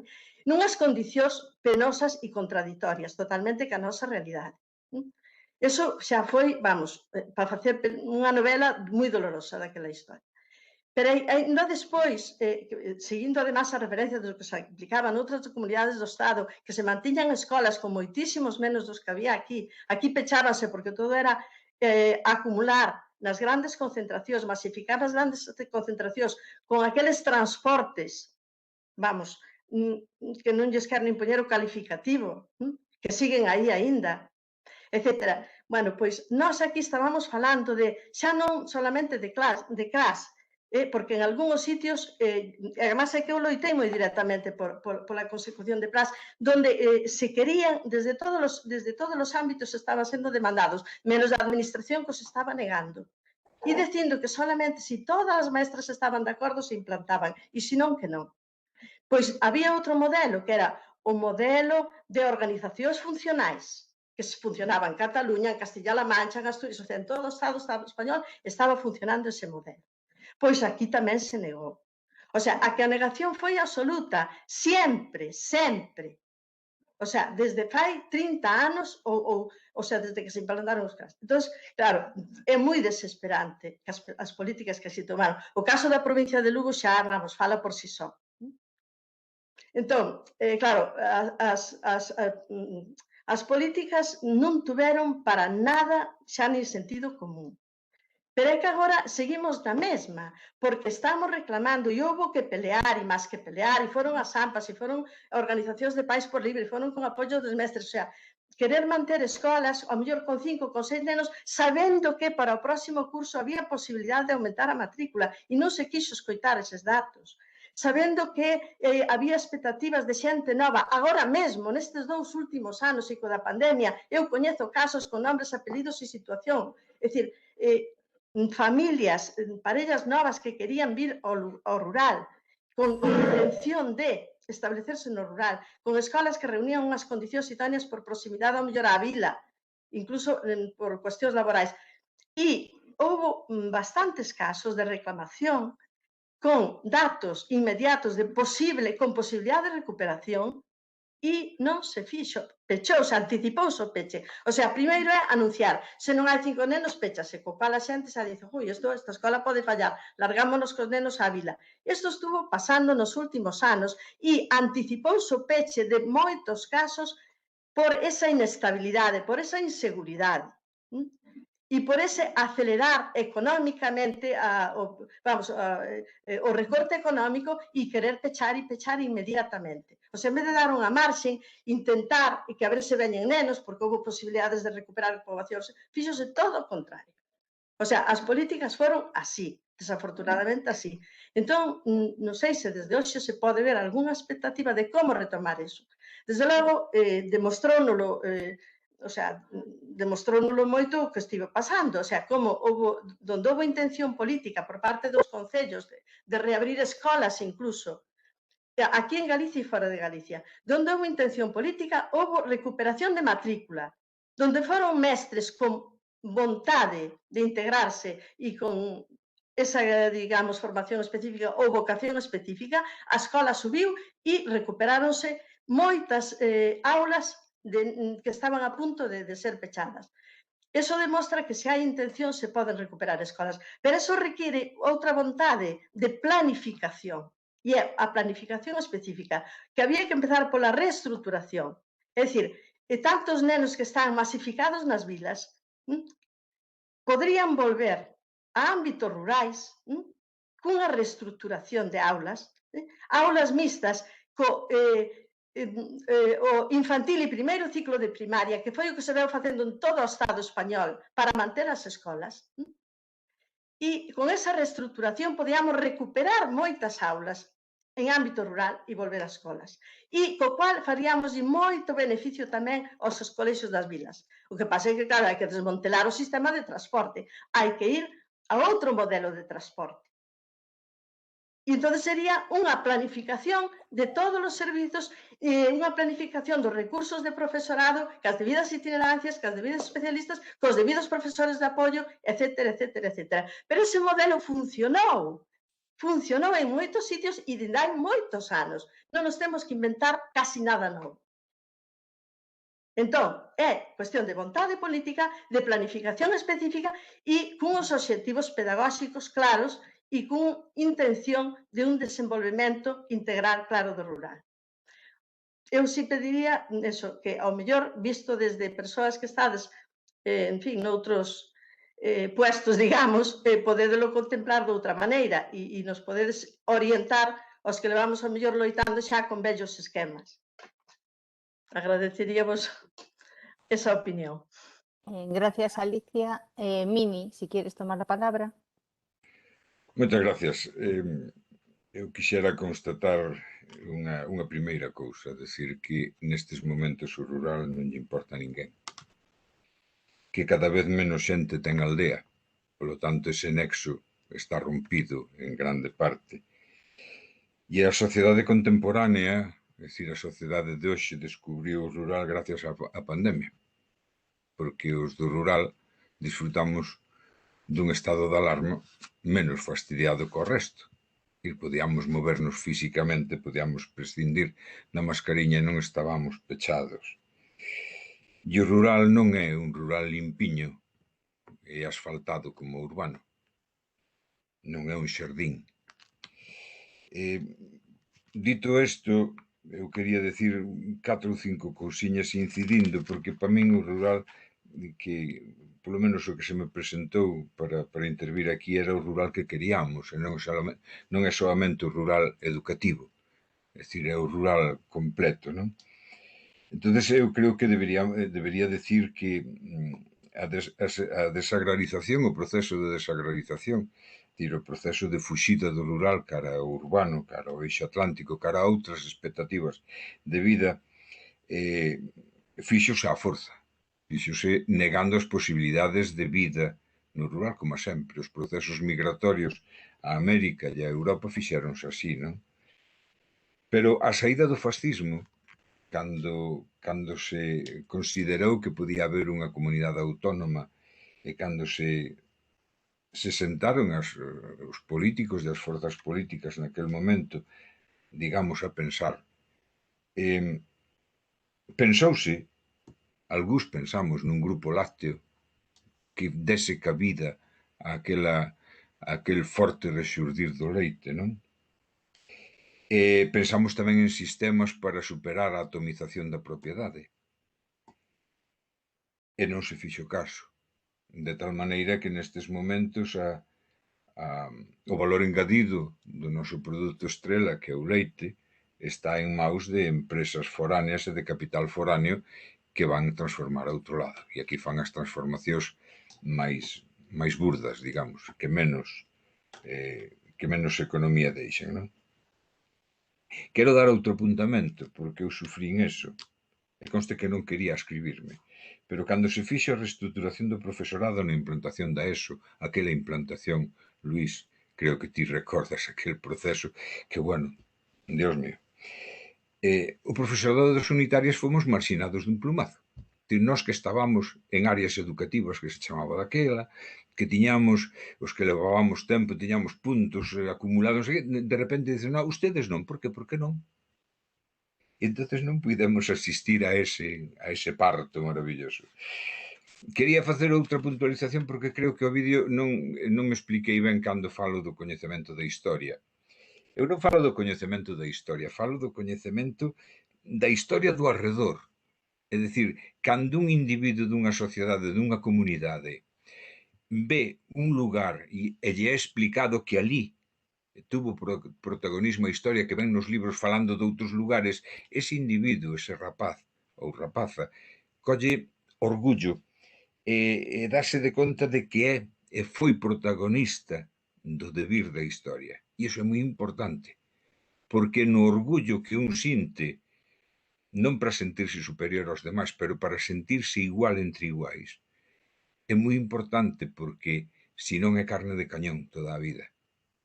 O individuo que é educado coas orellas gachas, que non ten importancia a súa fala, que non ten importancia a súa identidade, que nada vale nada, solamente fuxir, ese individuo é carne de cañón toda a vida.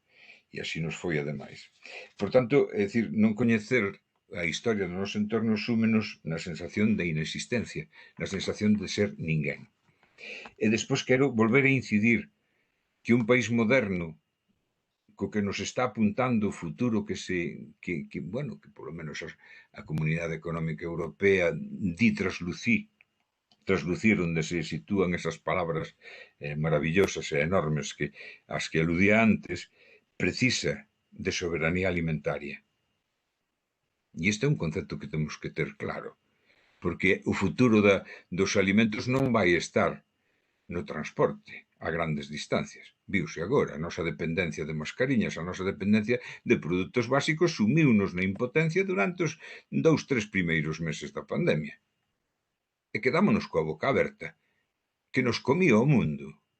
E iso é por falta de recursos aquí, non pode estar vendida aos combustibles fósiles. Non poden as vacas deste país, non poden estar suxeitas e dependendo dos barcos que veñan de América con soya, con millo, con trigo, con centeo, con cebada, non vale. E iso é o primeiro toque de atención que debíamos de anotar para un futuro país moderno. E claro, para que haxa poboación nese país que teña soberanía alimentaria, a poboación ten que inventar, como ventan os CAS, ten que facer así e dicir, oi, hai futuro. É dicir, a administración e a sociedade en sí mesma, nas súas altas instancias, ten que demostrarlle a esa poboación que aí hai futuro e que se está facendo valer medidas ou que se van facer valer medidas para xestar un futuro. Repito, nestes momentos non se albisca nada diso. Aludías antes á lei de recuperación da terra agraria, é unha lei que pasou con sixilo, entrou pola porta de atrás. Non foi unha lei de goberno, foi unha lei de grupo parlamentario. Foi unha lei que quieto que non se alporice moito, non vai a ser que vos chamen bolcheviques, como nos chamastes vos a nós naquele tempo. Hai pouco tempo, hai 13 anos, e non é unha venganza. Sabes que nos meus debates parlamentarios apenas aludín a ese feito, porque tocaba sumar e toca sumar, pero está aí. Entonces, ben, o rural que quedaba desa reestructuración, aludiches á lei do 90, aquel libro blanco de Villar Palesí que eu vivín, eu empecé a dar clases nese tempo. Foron as primeiras escolas no 69-70, a lei do 90 non do 70, o libro blanco de Villar Palesí. Últimamente, o rural que nos quedaba eran as unitarias, porque os colexios tiñan un modelo que era un modelo urbano, e teñen un modelo que é un modelo urbano. E nas unitarias non, porque, claro, ti, pa que querías unhas fotografías maravillosas da polinización aérea se salías e tiñas un piñeiro con flores masculinas e femeninas, facías de así, cando era o tempo, e saltaba unha nube de polen e vías perfectamente cal era a polinización aérea. Pa que querías explicar o que era unha xestación se podías concertar cun veciño cando lle paría unha vaca e ibas cos rapaces máis grandiños da escola e dicíaslle, mira, esta é a placenta, isto tal, isto cual, mira, e tiñas ali, a natureza estaba aberta, podías ir detrás dun beso, dun arado de vertedeira en xaneiro, cando empeza a labra, e descubrías biscánceres, creo que se chama en castellano lución, todos sabedes o que é un biscáncer, non? Biscánceres que estaban hibernando, levábalo para a escola, metílo nun queixo, ao cabo dun par de horas o biscáncer acordaba, vedes? Non estaba morto, estaba hibernando, e explicábase a hibernación. É dicir, por qué? Nós aproveitábamos eso, grande parte de nós. O colexio non, porque non podía salir. E ademais porque non tiña profes preparados. Nós preparábamos a golpe a forza de golpes, porque vías a realidade e dicías, vou non aproveitar. Entonces, esa ignorancia do rural, eu teño que remitirme un tempo, pero non moi pasado, o tempo que nomeaba Alicia, é dicir, hai 20 anos, nesta parroquia na que estou, e desde que transmito agora a todo o mundo e el orbe universo, non tiñamos luz suficiente para mover unha muxidora, nin para aguantar un tanque de frío. Claro, e iso supoñía que no colexio da vila, os rapaces poñíanlles deberes, e na casa non tiñan puntos de luz máis de 40. E non se vía. E isto é unha realidade que non se contemplaba. Por tanto, é dicir, eu creo, e sigo crendo, que o problema non é solamente un problema educativo, nin de mantemento de unitarias, é un problema global, é un problema de velo rural na súa totalidade e de saber e ter consciencia, si se ten, como sociedade, de que o país galego necesita do seu rural, e necesita dun rural vivo, dinámico e poboado, e non poboado só por labradores, sino poboado por toda caste de xente que pode traballar desde o rural en actividades que non son do sector primario, e tamén do sector primario.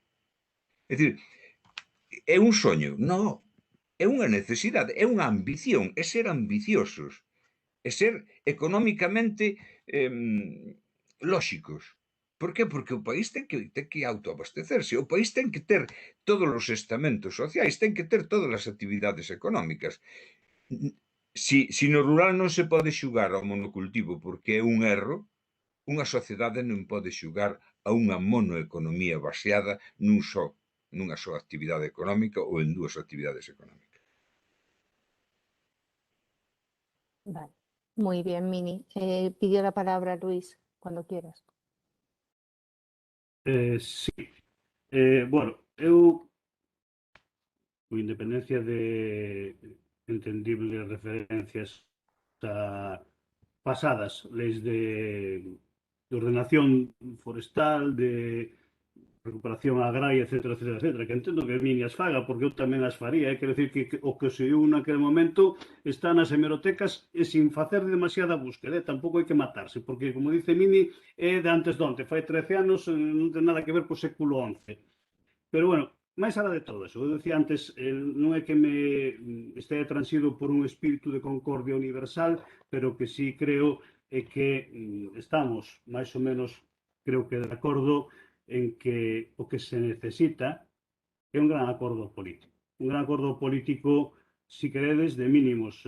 Experiencias hai no Estado, nos pactos de Moncloa, pero tamén os hai na Unión Europea, etc., de que grandes retos requieren grandes acordos. E eu creo que o que haberá que facerse é diseñar ese rural que, como ti moi ben decías, Mini, non é un xardín, é un ámbito concreto con as súas especificidades distintas en Pontevedra que en Lugo, distintas no Caurel que na Ulloa, efectivamente, pero con elementos comuns entre todos eles, e eu creo que se pode chegar a un acordo para definir con claridade unha planificación integral, non só educativa, pero tamén educativa. Decía Ovidio, e ten razón, decía Ovidio que manter unha escola unitaria non garante que siga existindo unha aldea. Eso é certo, pero que si che podo garantir é que pechala garante o menos. Eso está claro tamén. Non creo que nese sentido máis alá dese chascarrillo. Pero esa planificación integral en canto a servicios educativos, en canto a servicios sanitarios, en canto a servicios sociais cada vez máis necesarios, en canto a infraestructuras físicas, estradas, etcétera, etcétera, pero tamén infraestructuras digitais. Podemos chegar a un acordo de mínimos, pero ollo, eu creo que ese acordo de mínimos hai que facelo con a participación activa e hasta, si queredes, prioritaria da xente que vive neses medios. Non vayamos a caer no erro, como decía García Márquez, cando falaba dos americanos nas invasións en Centroamérica, decía, y vinieron sus especialistas en nuestros asuntos. Bueno, a ver, os especialistas é a xente que vive no medio rural e que sabe que necesita e obriga de todos como sociedade é chegar a ese acordo para garantir esas condicións mínimas. Por lo tanto, eu creo que hai espacio para ese consenso, non é unha cuestión, creo que a terceira vez que o digo, non vou volver a decir máis, de medidas sectoriais selladas, sino dunha planificación, de sentarse a ver que é o que se necesita por parte da xente que vive, que quere vivir ali, e a que queira ir a vivir ali, que é o que espera para poder desenvolver ese proxecto de vida e entre todos, desde o ámbito da política, que decía Fernando, ser quen de proporcionar ese espacio, porque evidentemente non podemos vivir sin o rural, e o rural tampouco vai a poder vivir sin a axuda necesaria que precisa neste momento, despois de moitísimos anos de políticas desafortunadas, políticas centrífugas, de deixar ir a xente cando non botala abertamente dese entorno rural cara ás cidades, e, polo tanto, é unha responsabilidade seria. Sei que se leva traballando, non é un problema novo, decía antes Alicia con respecto ao ámbito educativo, son cousas que xa se teñen debatido en moitas ocasións, pero eu creo que estamos, si cadra, nun punto ou moi próximos a chegar a un punto de moi difícil ou de imposible retorno. Se non actuamos neste momento, vamos a ter moi difícil ser capaz de recuperar ese rural como queremos que sexa. Nada máis. Gracias. Sin dúbida, outra vez, o momento é este. Creo que quere falar o meu compañeiro, Fernando. Bueno, estou vos escoitando, teño que recoñecer que o foro está resultando moi interesante. Quería facer algunha pequena reflexión, ahora xa, se me permitides, sin ser institucional e tirando un pouco de parte, ¿no? Outro día, neste plan de arquitectura pedagóxica que acaba de presentar a Xunta de Galicia, bueno, que presentou, que difunde, lía que se aconsella poñer nos colexios tellados a dúas augas, porque acaban de descubrir no ano 2021 que o sistema máis acaído para a construción galega, ¿no? E se traigo este chiste, ¿no? É porque lamentablemente é certo que adoitamos traer eses especialistas de fora nas nosas cousas, no canto de escoitar a xente. Aquí a xente, cando construíu vivendas, meteulle tellados a dúas augas ou a catro toda a puñetera vida, porque sabían perfectamente que os tellados planos o que fan é apozar a auga, é de sentido común. Pero, sen embargo, temos bastantes experiencias institucionais e mesmo de empresas privadas potentes que decidiron apostar por unha modernidade que non era máis que papanatismo no 90% das ocasións, non? Eu son dos que penso que o gran problema que tivo o rural galego foi que os pais e as nais, no exercicio permanente da noso maior cariño cara aos nosos fillos, tiramos deles para fora do propio rural. E tiramos deles para fora porque non queríamos, porque ningún pai quere que o seu fillo sufra, que o pase mal, que teña unha mala vida. Entón, eu lembro, eu non son do rural, eu non nací no rural, pero eu nací en Lugo, que, se non é rural, semellaselle moito, sobre todo no Lugo de hai 60 anos. Entón, non nací no rural, pero se miraba para a ventana a casa dos meus pais, había porcos e galiñas e hortas e máis, entenderon. A mí meus pais o que me dixeron é que tiña que estudar, que mellorar e que ter unha carreira de despacho, de mesa, de cuberto, ¿no? de vida cómoda. Pero é que iso é posible no mundo rural. De que o gran debate, o que estamos enfrontando a xente é facerlles entender que o seu cariño leva implícito un sacrificio enorme. E iso non é certo. O sea, nós deberíamos poder entregar a nosa xuventude un lugar cómodo onde vivir.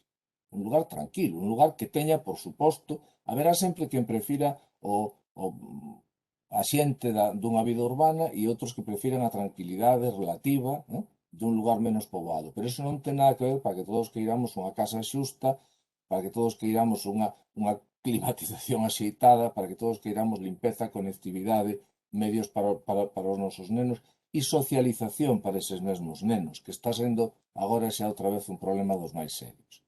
Entón, eu aplaudo persoalmente, o acaba de dizer, o que dixo Luís varias veces, da necesidade de poñernos de acordo, de poñervos de acordo e trazar un plan ambicioso e polo menos aceptado pola meirande parte das forzas políticas. Non é tan complicado.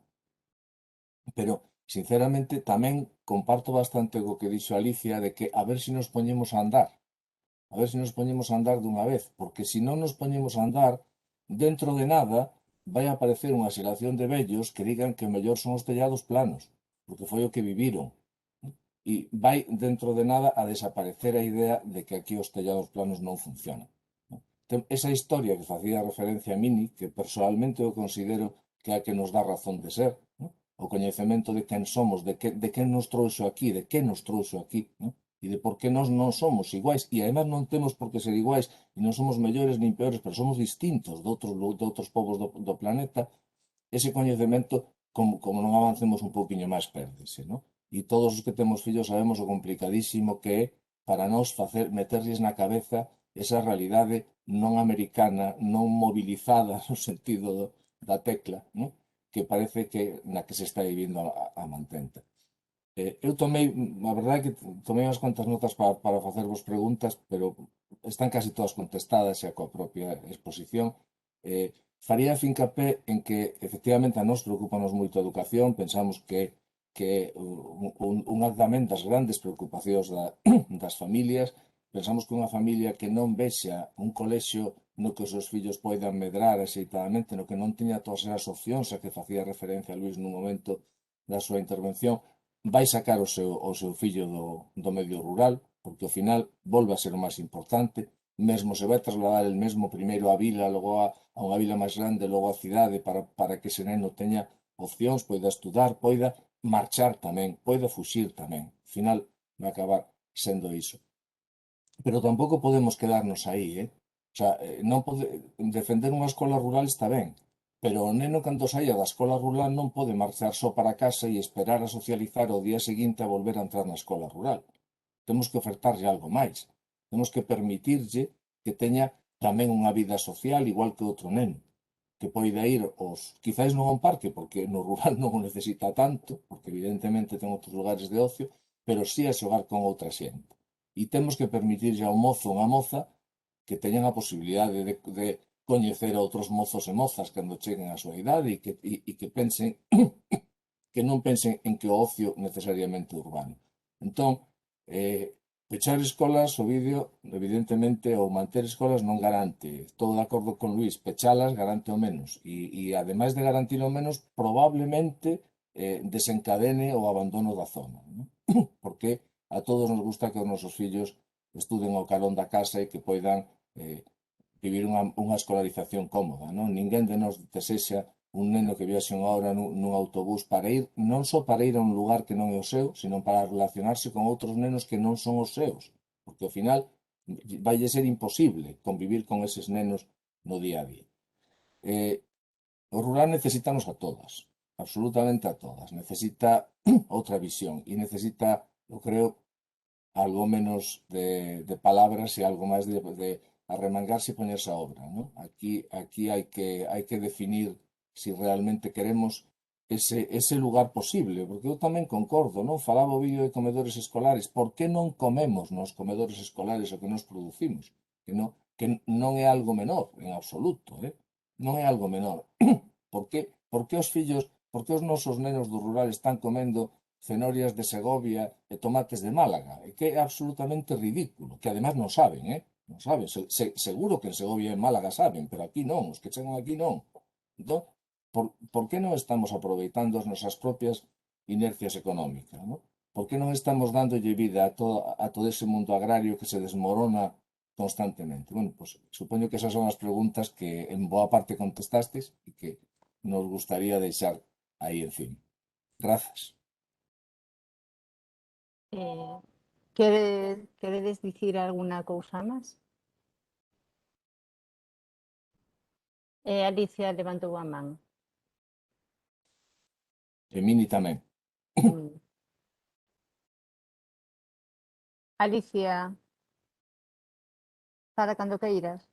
Eu cando falo con datos, por a miña longevidade e o meu percurso profesional. E teño moitos datos e gustaría meter tempo para recollelos por escrito de como escolas que chegaron a funcionar con aquela pedagogía atractiva integrada supuxeron unha atracción de alumnado sempre e de aumento da aldea e de permanencia da aldea. Iso é un dato constante e vino en moitos casos que podo demostrar con datos e pelos e señales. Entón, a garantía máis grande de manter unha comunidade viva é manter a escola. Iso segurísimo, porque así sucedeu sempre. E manter unha escola viva supón ter unha escola de calidade, unha escola que atraia. Eu ainda no meu último destino o vin. O sea, pasei de 9 nenos a 18 ao ano seguinte. E viñan nenos da Coruña a habitar o rural e familias da Coruña que querían buscar unha escola atractiva para os seus fillos. Unha escola, pois eso, integrada na natureza, cunha pedagogía determinada que non atopa no modelo urbano. Así de sinxelo. E iso pasou aínda antonte. E está pasando, porque estou coñecendo escolas que están atraendo desa maneira. E hai xente que quere voltar cos seus fillos ao rural. E agora mesmo hai unha demanda enorme de pedagogía Freinet, que eu estou na defensa dela, etcétera, etcétera. E estou coñecendo cantidade de casos de familias novas que queren levar a seus fillos a ese modelo de escola. E buscala no rural. E están intentando volver ao rural. E precisamente con casos concretos a escolas que se pecharon fai moi pouco, e que había ese intento de recuperación de matrícula e se demandou e se presionou a administración e anticiparonse a pechar. O sea, que a administración sigue cos seus esquemas de negación da escola rural e de recorte de servizos no rural. E quen dice a escola, dice os pediatras. E quen dice pediatras, pois dice outro tipo de asistencia médico-asistencial para a infancia e para os maiores igual. Igual que coñezo moitos casos, e falo de datos, de xente que, vivindo nunha aldea, se foi a vivir á vila, non por vocación de vivir na vila, xente que tiña unha preciosa vivenda no rural, moi ben restaurada, moi ben acondicionada e que sigue habitando cando pode, pero se foi vivir á vila porque vía que os seus nenos se lles iba a romper o ciclo porque amenazaban con pechar e non, xa me marcho con neno para Sarre ou para donde sexa e mando tal. E iso contribuiu xa a reducir matrícula, pero poño casos como os amos, se queredes que poña nomes, etcétera, etcétera, etcétera. E non é que non haxa nenos, e están a punto de pechar esas escolas, e que os nenos están en escolas privadas, na vila, ou masificando o colexio público, que é de vergonza, por exemplo, e teño... O sea, pero os datos son así de claros. Perdonade que malporice, pero é que levo moitos anos loitando coa mesma historia, e coa mesma administración, e co mesmo esquema. E ca mesma mentira, perdonade, e ca mesma mentira. Entón, falemos con datos. Falemos con datos e non con demagoxias, porque a realidade demostra o contrario. Entón, a escola é o primeiro elemento cohesionador dunha comunidade. É inconcebible que nun país como este estea pasando o caso de Bamonde. Perdonade que outro día volví sacar. Pero é que isto é de libro. O sea, un alcalde que opta que por unha comunidade pequena, da igual, toda ten dereito ao mismo, se cambie, ou se diga que, bueno, que se lle pon un conservatorio, pois xa se lle pode quitar a escola. E se mandan os nenos e se traslada. E se quita a escola do lugar. Eso é, vamos, é inconcebible, é surrealista. Pero é que a administración comulga con eso, porque a administración non planifica. Se un alcalde di que mellor así, porque lle dará máis votos eso, o conservatorio que a escola, pois vai a administración, vai xa mo dan feito, como dixo o alcalde, e os demais, os veciños, uns agachan a orella, outros protestan, pero se son maiorías que agachan a orella, pois xa está. Entón, hai que falar así, nesta linguaxe, ao mellor, para que se entende, perdonade que utilice esta linguaxe. Pero temos que poñer os datos reais e actuais, riba da mesa. E creo que é a única maneira de afrontar a mentira, afrontar a realidade e empezar a planificar con sentido común, con pedagogía, con un sentido político de desenvolvemento rural e con valentía. Porque estamos nun momento xa de que ou lle poñemos a luz ao rural ou reaccionamos. Estamos no límite. Entón, isto non ten espera. E eu estou esperando, e estamos esperando desde hai moito tempo, desde tempos da Mesa Galega de Educación no Rural, agora que estamos na Rede Galega de Educación e Desenvolvemento Rural, levamos esperando hai moito tempo que a Administración teña un diálogo con sectores sociais, que temos unhas, digamos, unha traxectoria, que temos unha discusión feita sobre o fenómeno e que temos algo que decir. Seguramente que moito máis que esos señores que nos gobernan desde uns gabinetes, con 4 ideas, que a maioría deles veñen de fora. Entón, creo que é hora de que se nos escoite dende aquí, que se nos chame a un diálogo, a un debate, a un análise con datos que xa existen e que creo que a Administración os descoñece. Entón, creo que ofrezo que dende a Mesa de Educación no Rural, dende a Rede de Educación e Desenvolvemento Rural, que veo recoxendo esa traxectoria, ten algo que decir, algo que aportar. E son datos de realidades, de experiencias, de proxectos que se demostraron que funcionan aquí e diría que na Cochinchina. O sea, no resto do Estado español hai moitos datos que coinciden na mesma historia. Entón, que non estamos dicindo ideas peregrinas, nin demagoxias. Así que aí estamos brindados e esperando que ese diálogo se empece e desde logo, pues, encantada de que teñamos aquí a Ovidio Rodeiro acompañándonos e que creo que cunha intención pues, aperturista e non sei, penso que comprometida e creo que ao mellor pues, é unha oportunidade para non vir só a falar.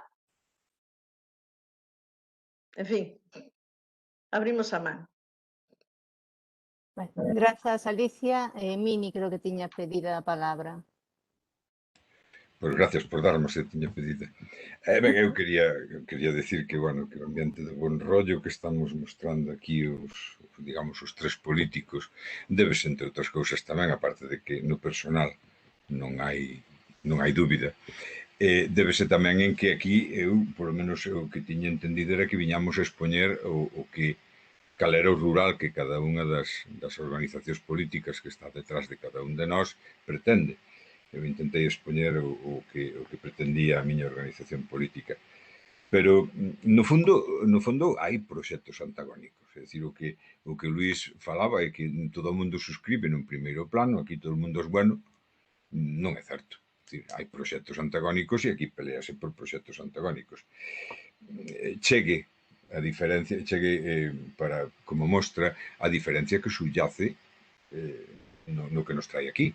Aquí traenos un afer, e o afer de Bamonde, o afer do equipo de goberno do señor alcalde de Begonte.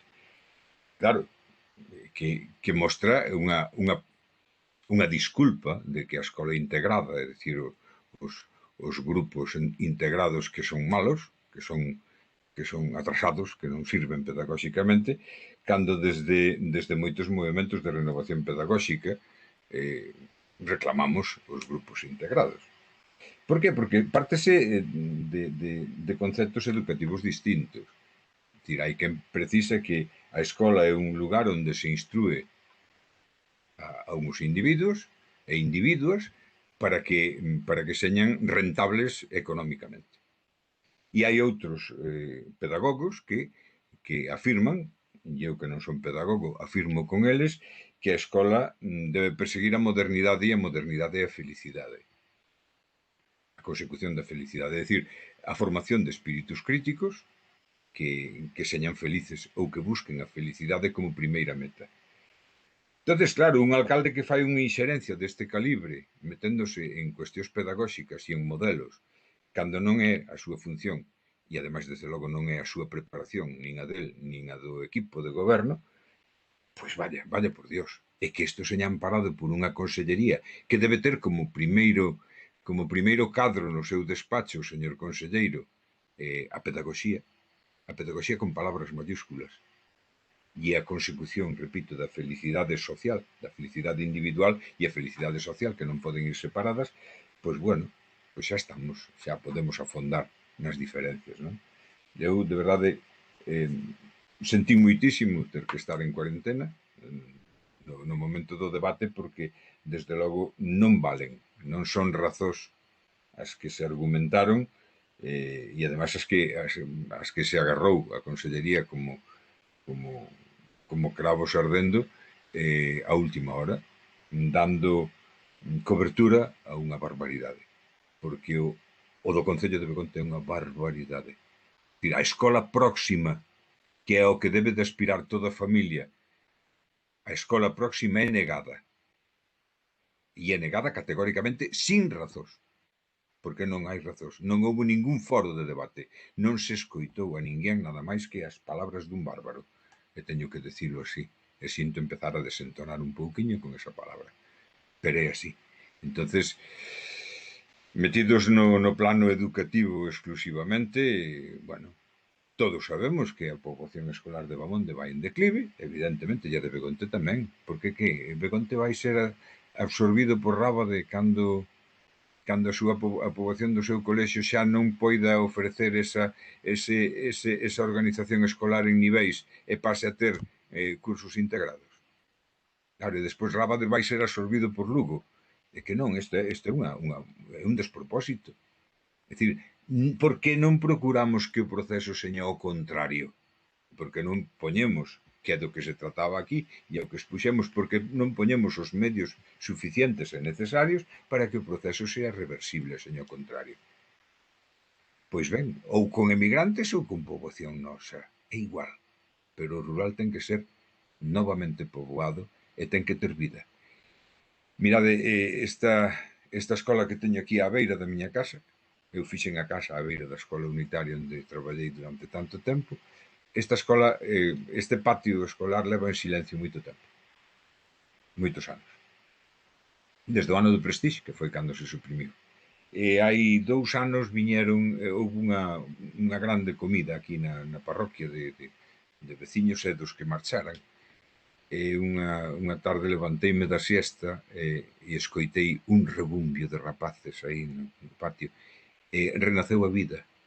Era brao, pero volveu ser primavera. Por que? Porque a parroquia vivía. E aquelas vilas ou aquelas parroquias ás que lles falte o griterío e o bulir dos rapaces están mortas. Bueno, unha frase para rematar un pouco dura. Xa. Bueno, alguén quere engadir alguna cousa máis? Moitísimas grazas a todos. Foi moi interesante este foro, pero que moi interesante. Esperamos seguir contando con todos vos. Presentaremos vos as conclusións de todo o que recopilamos dende xaneiro, que empezamos con esta idea de pedir un plan específico para o rural. A idea era facelo no mes de xuño, pero non sei se daremos. Entón, pero bueno, ídelo ter todos.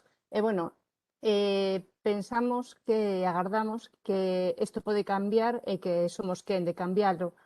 Así que, bueno, repito, moitísimas grazas dende ambas galegas. Boa tarde. Queres engadir algo máis, Fernando? Non, está casi todo dito. Por falar, calquera dos que estamos aquí presentes poderíamos continuar falando moitas horas, pero é verdade que a experiencia en liña posibilita romper as distancias, pero tamén é moi agotadora, non?